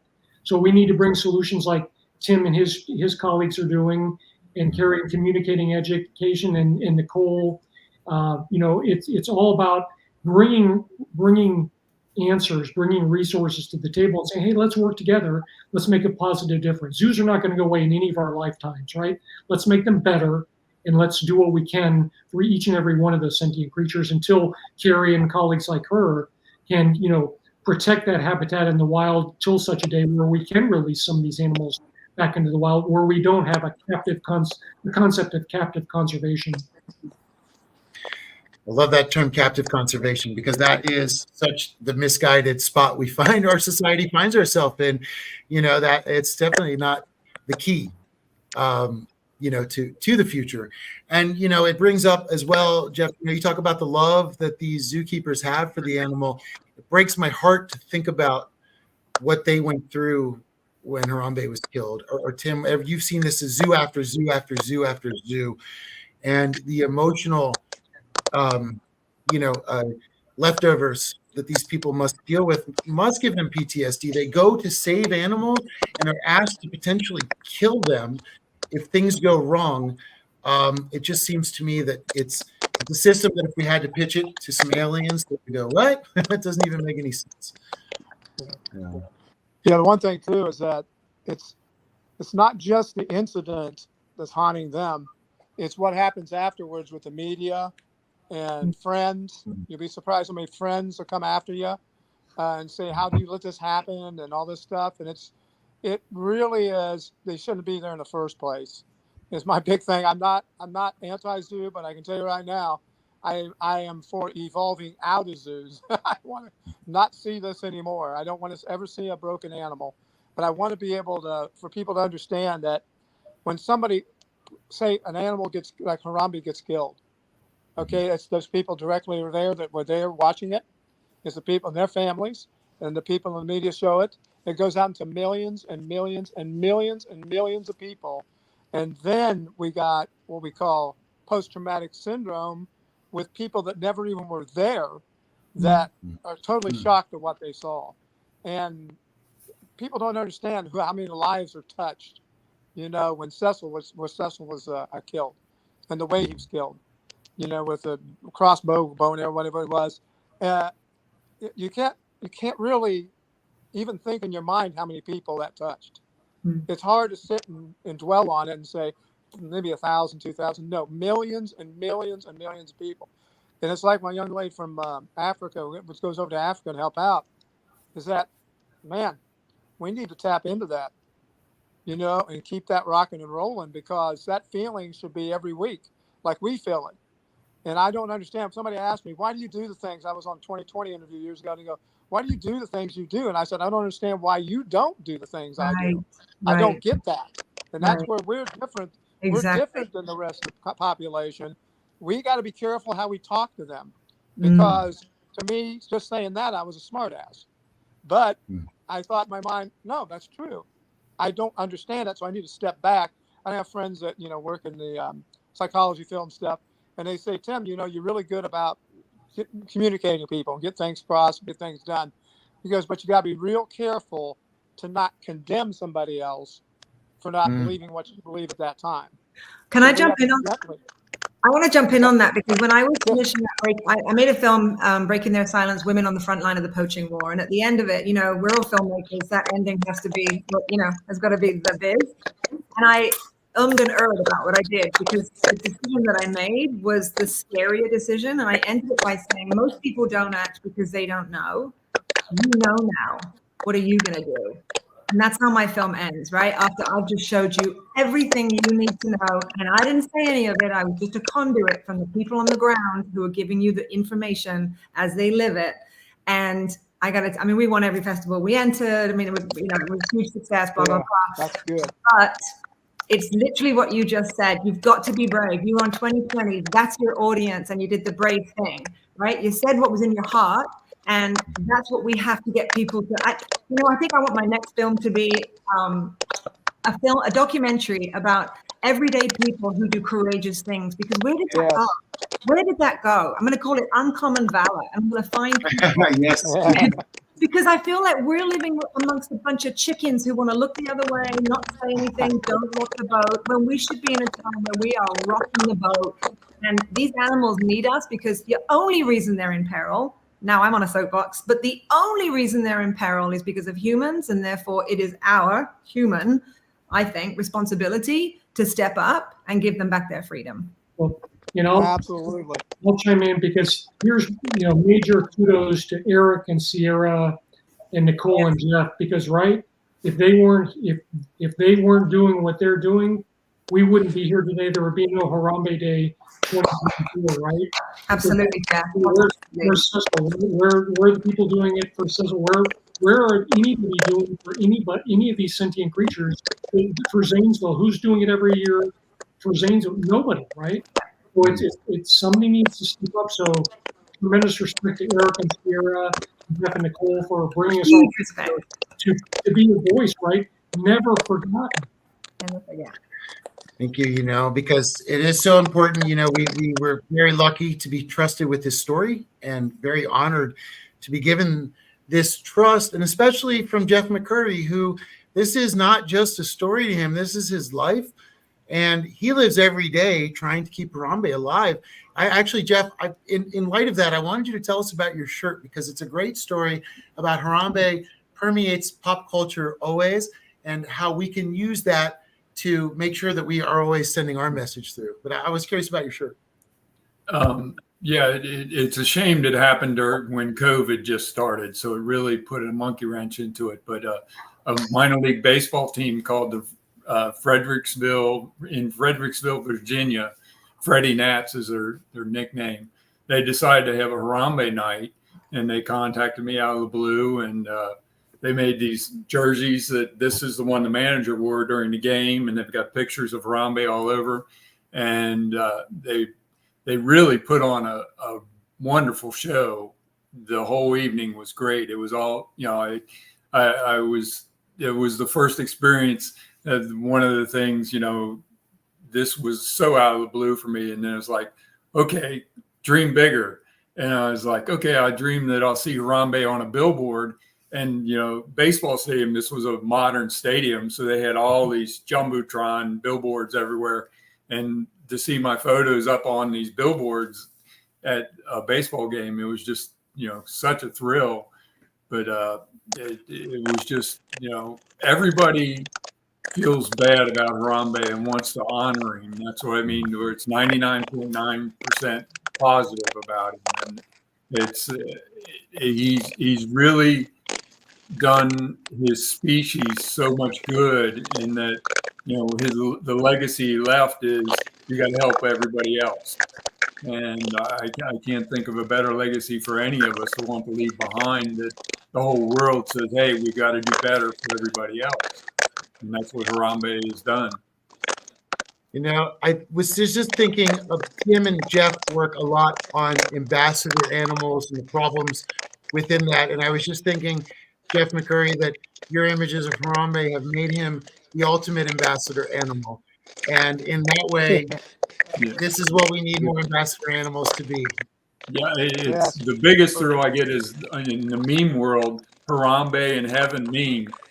Anybody now that dies that's got any bit of fame, that's the big deal. They get put in the Harambe in heaven meme with them, and it's just such a strange thrill to me. Wow, Harambe, everybody wants to come and see you when they die. That's what everybody thinks of. It's like, what's the first thing you want to do when you die? Oh, I want to go say hi to Harambe. And it's like, what bigger legacy could anybody leave? That's so just blown away with how the public has adopted him as their own, and as a symbol that we can do better. And, it is beautiful, and it really is amazing that it never stops. Like Harambe, No. we were realizing would be 25 today. If he was alive, he would be 25 yesterday. And just cut way too short, 25. When you think about that, we have to keep everything into perspective. And, I just want to thank everybody here, today, because everybody in a different way is getting this information out on a continual basis. And it's just so important that we try to focus on this. I just wanted to bring it back to the event and to Harambe Day, and to remember, it's we all, unfortunately, everybody here has been through a very close experience where we've lost another being that we've been close to, and we've seen something tragic happen to an innocent, and that is a wrong that can never be righted. But it's a wrong that, in a lot of ways, I think pushes all of us to try to right on a bigger level, to prevent the wrong from happening again. And I think, like you guys were saying earlier, the only way to stop this is if we keep gorillas out of zoos. As long as they stay in this captivity situation, these issues will happen. And like Tim said, not anti-zoo. And again, I want to bring this up. There's anti-zoo, there's pro-zoo. That doesn't matter. What matters is pro-animal. We're all pro-animal. And this is where we need to begin our conversations about how the animals are treated and what it means and what they need in their lives to be fulfilled, and what the world needs out of them. I feel like a lot of times people get the wrong impression, or they like to take the wrong things from animals. They'll watch a National Geographic show. We're talking about like Steve Irwin, right? Oh, it's wild. I'm gonna put my head in a crocodile's mouth. What is that? That is crazy talk. That is not animal savior. That's not education. It's exploitation through adventure. And they like to mimic violence. They like to say, oh, this predator kills, hunts, and it's like, this animal eats this other animal naturally. It's the way it's designed. The other animal's not mad at them for it. They know what's up. They know what to watch out for, but it's part of a food chain, and there's no animosity. And humans take, dog eat dog, and they take all these fake lessons that we like to cherry pick from animal interactions. And I think what's important is that everybody here is focused on showing the animal interactions in true light, not allowing people to cherry pick and say the worst of humans is of course we get that. It's our nature. It's human nature, because animals do it too. But nobody ever looks at, like, for example, elephants. They not only have a mom, they have a nanny. They have 2 elephants raising every baby. And then every herd does that. We don't know about that. We don't talk about that. We don't see that. This is something we should learn about. It takes a village, right? So I feel like what everybody here is doing, and Carrie with her documentaries, and again, if people haven't seen them, Breaking Their Silence is absolutely incredible movie. You will learn more watching that movie than you will ever going to a zoo about wild animals. But I think allowing people to see what's similar to us in animals, that's positive, the love, the families, the interactions, the fear, all the things we can relate to. We all know these things because we see them on this level. And sorry, as Tim would say, I got on my soapbox there for a second. I'm very passionate about it, and it's just inspirational to see so many other people fighting so hard, because all of us are out there alone all the time, right? And we're just doing our thing. We're trying our best, and we feel like, is anybody listening? We're always screaming into a void. Is anybody out there? And when we find others on our life rafts, and we combine, we're building a little city of life rafts, and that's growing, and that's taking over the ocean of exploitation. And we're creating a new layer and going to get rid of this and encapsulate it and stop it. And I feel we can do it. And I feel, it's incredible to have everybody here, because everybody is part of that. And, it makes me want to ask you, Jeff Kremer, you have so much experience in the zoo, and it's something that, again, I don't want people to demonize the people that work there. We think the people, and Jeff McCurry says it in the movie, the people that work at the zoo would give their right arm. They give their lives for these animals. This is why they do this. What, Jeff, did you find that the zookeepers felt when there was an event where they had to go in and kill one of the animals there.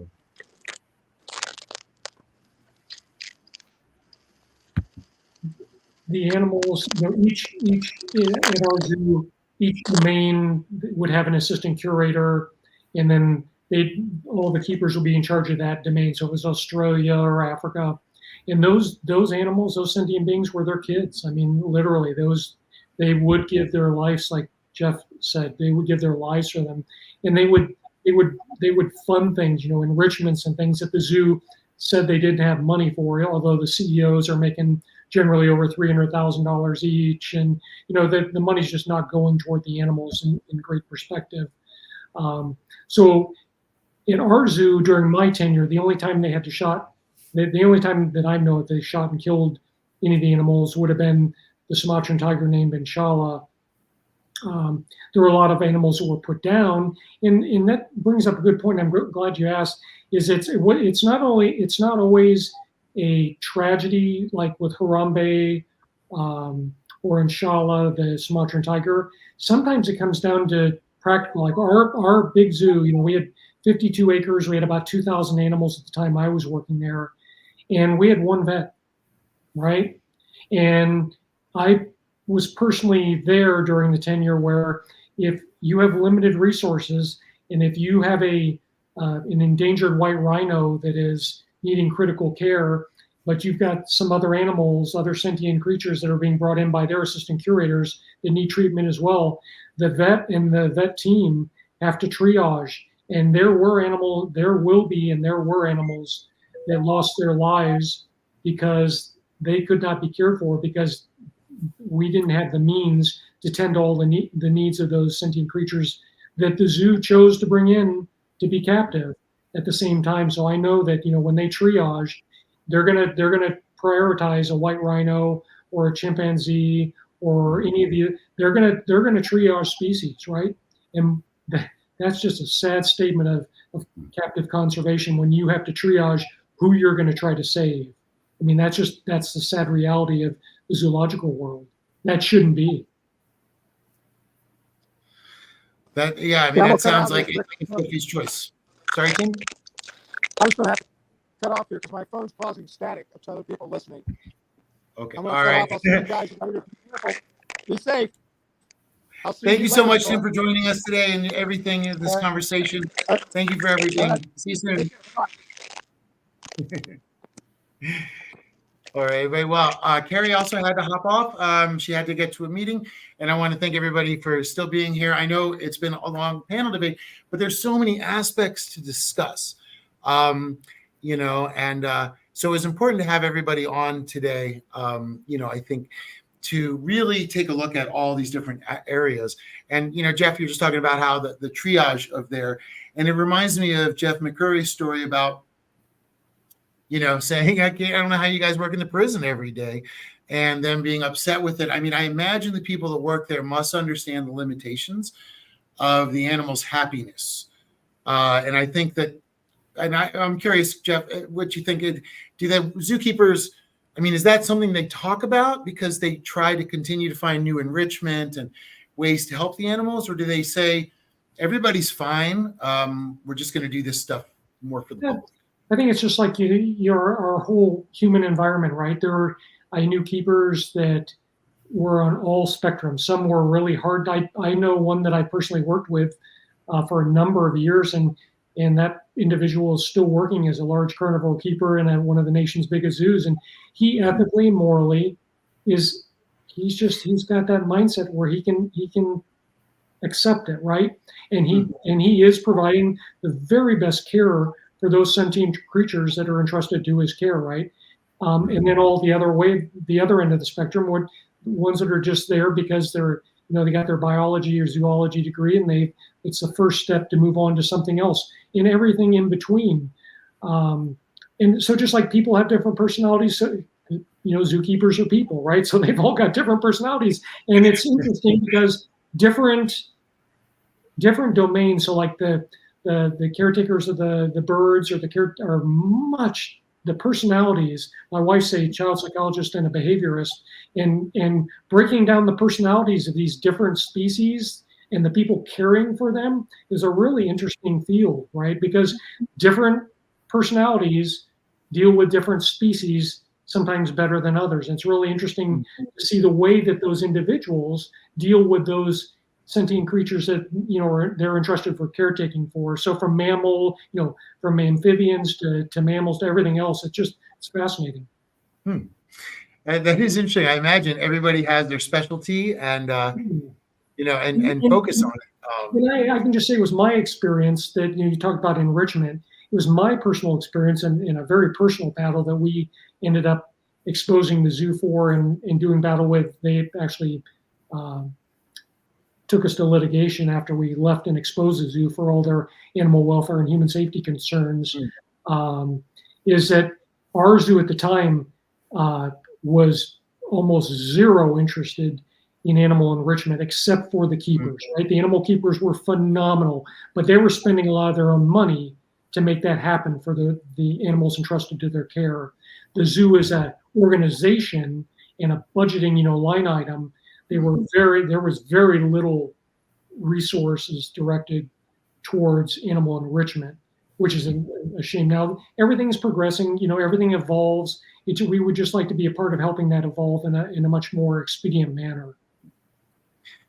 Now, I'm curious, you know, when it comes to the zoos, what were you surprised the most, or maybe what was an idea that they had for cost cutting that you thought was just, whoa, this, you know. Yeah. So I'll give you like an example that'll top all the dozens of examples I could give you. The number one example is when I worked in, you know, in the zoo world, you either can or you can't. If you're a yes person and you can deal with things, you'll be promoted. There's a very good chance you'll be promoted. So I was promoted I helped bring their security force back in-house. I was promoted into assistant supervisor of one of their departments and then manager of another department. But when I was in security, so, you know, on average, we'd have one security officer per shift, sometimes two during busy times, but generally one. And you were entrusted after hours, the security officer was entrusted with setting traps to catch nuisance animals, right? And so, you know, raccoons and possums and things like that. So we're thinking like, we were told that, oh, well, they're, you know, they catch them. We bait the traps at night, pick them up in the morning, take them to the commissary, and then the animals are released. That's what we were told. And then we come to find out, we were told by some of the animal caretakers, they said, well, you know, they're just euthanizing those animals. And I'm like, no. So I'll say frankly, I became quite disinterested in not worrying about doing that any longer. But the ultimate sign of what I was most surprised with is we had a nuisance abatement contract with a pest control company. And, you know, because in some of our enclosures and where the public went, in fact, by our Sumatran tigers in particular and our rhino, they'd be like these cavernous areas that the public goes into and gets to see the animal closer, you know, behind a big plexiglass or glass wall. Well, those type of enclosures that were faux rock would draw pigeons. And so this company had been hired by the zoo to go around and, you know, they put in the sharp spikes and all that, but that wasn't enough to deter pigeons on a general basis. So they actually hired a company that would come around on a regular basis with a .22 and shoot the pigeons after hours. So if that wasn't sad enough, and I learned that only because I got a call on the security two-way radio that, you know, there's a man walking down the service road with a .22 rifle, and I'm like, holy crap, like what's going on? So I responded, and that's how I learned about that. So the zoo wanted to cut money so badly that they came to the security department and said, you know, we want to get rid of that company, save the money, and we're just going to buy a .22 rifle, and we're going to have the security officers after hours go through and shoot the pigeons. And you know, that was a deal breaker, obviously, for me. So I just went to management and said, well, I can tell you right now that I and all the officers that I work with, we're going to quit. You know, we're not. There's no way on earth that I'm going to work at a zoo and be part of killing animals. But that's the one instance that I can tell you that surprised me the most at the zoo. To save a few bucks, was going to entrust the security department with shooting pigeons as part of the security department's means. Jeez. Just when you think you can't be surprised. Right. Yeah, that's shocking. The idea of, yeah, killing some.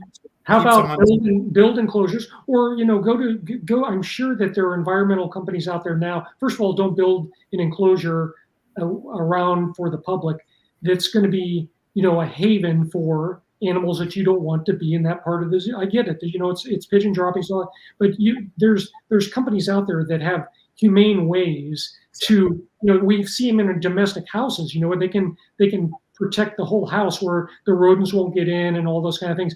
But no, the zoo's solution is buy a 22 rifle and shoot and kill the pigeons. It's they're way too relying on guns to become a relationship to the animals that they have to interact with, as opposed to psychology. It really is. It's amazing. Like in the movie, we talk about the other gorilla, the kids that have fallen in the gorilla exhibits, and they were able to have the zookeepers come back and get them. And in the movie, we do show. And Jeff McCurry, I wanted you to also talk about this. In the movie, we do show and prove that Harambe was returning the boy to the door. Now, Jeff, you had mentioned some interesting stuff about where Harambe usually sat, and we were kind of talking about that. And I really want people to understand that Harambe went out of his way and knew where that door was and knew where those zookeepers were, because in the end, a zookeeper really could have come out and reasoned with him. He was waiting for that. Can you tell us a little bit more about where Harambe, what you saw, and how Harambe, where he would normally sit, and that action of going to the door? Yeah. He always came in and out the same door, which the other groups would use different doors, or the one, I don't know how it was behind the scenes, but there's like 3 or 4 different doors. But I only remember him coming in and out of the one door that we show in the movie. And it really, you caught it. I hadn't thought of it, but that's what he was thinking. I'm sure of it, that he was bringing the boy up to the door where he only knew where he went in and out from. Like, okay, this is where you come and get the kid. Come and get the kid. I'll bring him to you. So it was a narrow and a wide exhibit.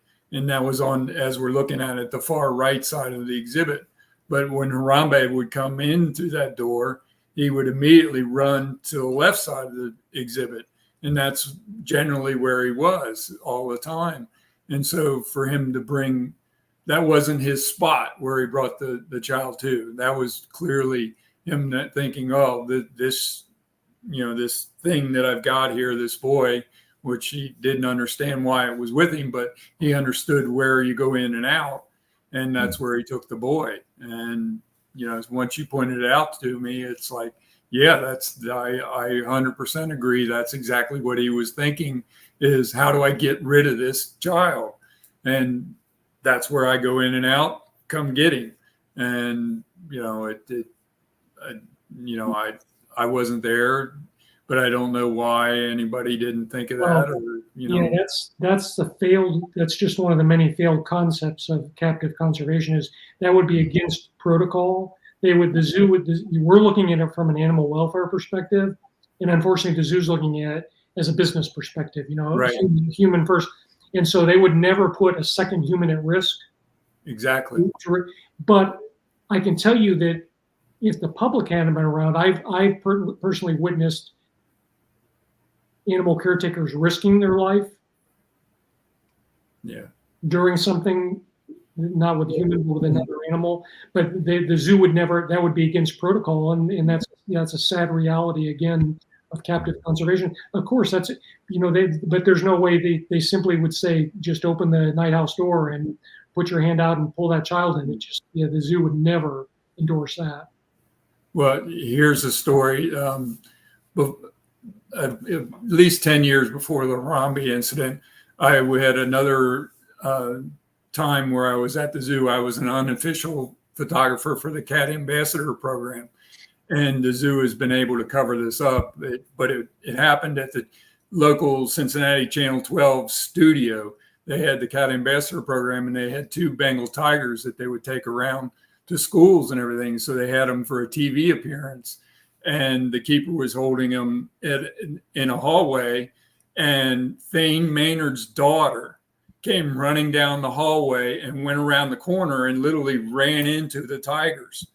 And one of the tigers bit her head and was clamping down on her head. And this is from Catherine Hilker, who is known worldwide for saving the cheetahs. She was the head of the cats there. And she personally told me, she said, that keeper saved that little girl's life, because she dove in and started punching the hell out of the tiger until it let go.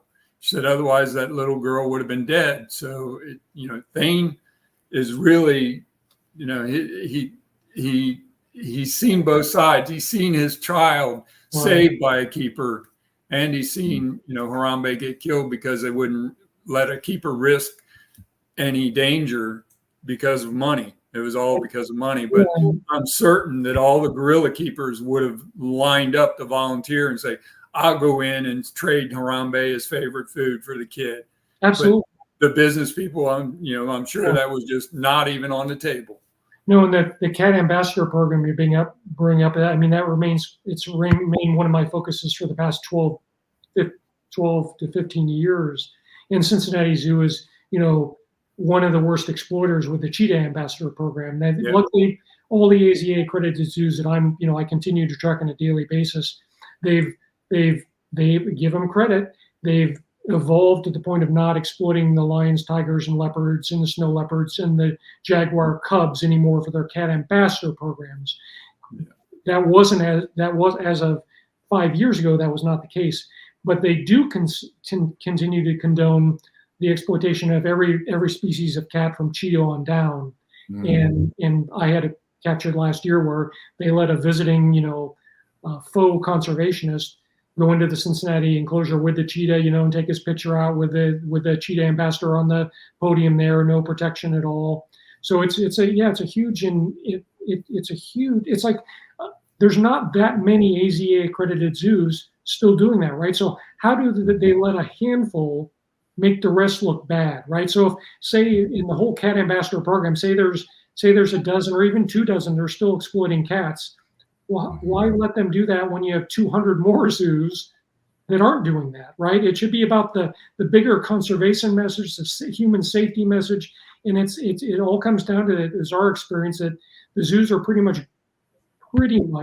good old boy run organizations. Luckily for society and for the animals' well-being, we're seeing more women being brought into CEO positions, and I think that's a huge, can make a significant difference in the way zoos operate. It's been my experience in the human and animal world that women are more empathetic and are compassionate, and I think it's going to make a positive difference within the zoo world. Not be sexist, but that's been my experience in the medical field and human, and throughout my life. So I think that it's going to be a positive step in the evolution of zoos. I absolutely agree. I think we need that. I think we need a more compassionate approach.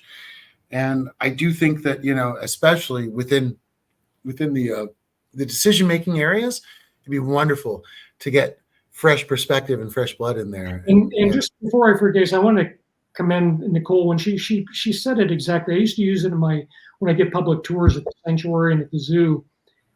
There are so many issues in the world that are so complex, right?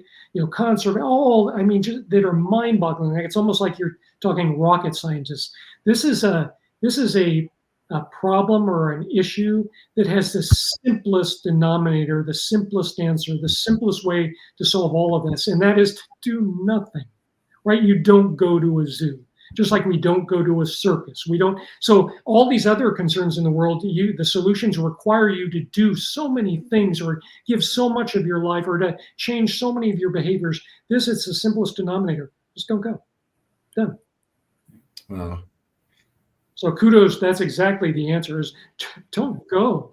Right. Well, it hits the zoos where they feel it in the wallet. That's all they really care about is their wallet. That's what I learned working there.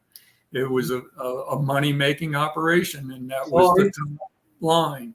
That was the most important thing about everything. Except, like you say, there's 50-50, the workers, the business side, and the keeper side. The keeper side, the only thing that mattered to them was the animals, but they weren't in charge, and they didn't make any decisions. It was the business people that made all the decisions, how things happened and what happened. So 2 ways for the, to send a positive message to the public, because everybody wants to know how they can help. So Nicole stated it perfectly, don't go. And the other 2 ways people can make a positive difference are 2 ways. One is, just like we discussed earlier, look at a zoo's 990s. Everyone has to file publicly their IRS 990, and you can see where every dollar goes in that zoo. From the people that are making the CEOs and the presidents and everybody else is making hundreds of thousands of dollars. But just as importantly, look at their assets. I mean, some of these zoos, including Cincinnati and Columbus and San Diego and Denver, they have assets of over $200 million, right? So start looking at where all those dollars are going, and more importantly, look at where they're not going. And then, and you can do that through Charity Navigator. If you want to do it a little easier, just go to charitynavigator.org. It breaks them all down by a pie chart, and it rates them all. And it rates their transparency. And 2 is, I always encourage people, whether no matter if it's a zoo, a sanctuary, any organization that is holding captive animals, they almost all, 99%, if not 100, offer behind the scenes tours. Go, and it's not usually that expensive, right? Go take a behind the scenes tour, and then you're going to be empowered with more information that is going to allow you. Most people probably don't know what a night house is, where most animals are locked up overnight, which are just concrete and steel cells, right? Most people don't know what goes on behind the scenes. So go take those behind the scenes tours and then make the decision whether you want to still contribute or support that. And that's every animal organization. You'll be empowered, and you can spend $50 or $75, and it will be mind blowing as to what you're going to see behind the scenes of a zoo. We called it the other side, right? So 2 easy ways for people to invest very little of themselves with Charity Navigator, nothing, and the behind the scenes tours very little, and you'll be an empowered, consumer and be a more empowered voice for these sentient creatures. And I love that suggestion, Jeff, because it really, truly is an educated consumer is our only solution. And, like I said, I feel like we're really getting to a point where cruelties of the past are no longer acceptable to sensibilities of the now and of the future. And to mix those 2 together, let people see what's happening and determine if that is okay. There's morality and ethics are always a sliding scale of each society within its own time, and we're seeing it move to the right way. I think not to the right way, to the right direction, to where we are going to be taking care of animals. And as you guys said, don't go. Vote with your dollar. Remember, attendance is survival for the zoo. And if you stop going, just like Tim was talking about Blackfish, everything accelerated and then slowed down again. If we can get another momentum where we can show zoos that we want change and we're not going to go back until we get that change, we can have a solution. People try to make you feel like you're powerless. You're not. Your voice is everything. It is unstoppable. Find the other people that think the way you do, or just speak up on your own. But no matter what, we are all here to make a change. Educate yourself. Do not just give the zoos your money. Learn about the zoos. If you're going to, go in the back rooms, check it out. See if you're comfortable with what you see. Make an educated decision. Vote with your dollar. We can bring them to change by demanding it. And that is what's amazing about today's conversation, to hear so many different people talk about so many different aspects. We see Ian Redmond, who's here, fascinating insights into zoo policies. Thank you for sharing these eye-opening stories. As everybody knows, Ian was in the movie with us. We were hoping to be able to have him on live with us, but he wasn't able to make it, so it's good to see him there. Well, we are out of time, our panel, and we'd love to thank Jeff Kremer, Nicole Slater, and Jeff McCurry, as well as Tim Harrison and Carrie David for joining. Thank you, Sierra Williams, for producing this show, making Harambe Day happen. Sierra is the driving force behind Harambe Day being on right now, and we owe it to her. And Nicole is on the ground there running Harambe Day. Thank you, and thank you, Jeff, and Tim, and Carrie, for all taking time to speak up today for the animals. It's so amazing to get to talk to you guys and to get to hear these stories. Thank you for spending Harambe Day with us and giving us a world of information to chew on and think about and change. Thanks for Thank the you. privilege. And Sierra, that's a really thing to put on your resume. You created a holiday. That's right. That's true. Thanks, Eric and Sarah, and good to meet you, Nicole and Jeff. too. Sorry I couldn't be there today, but it's great to be with you virtually, and let's continue to make a difference. And I can't wait to hear how tonight goes. Great. Yes. Thanks, Same for the everyone. screening. Thank you, guys. Thank you for Bye. joining today on this amazing panel discussion about Harambe, Harambe Day, and the future of how we can treat animals.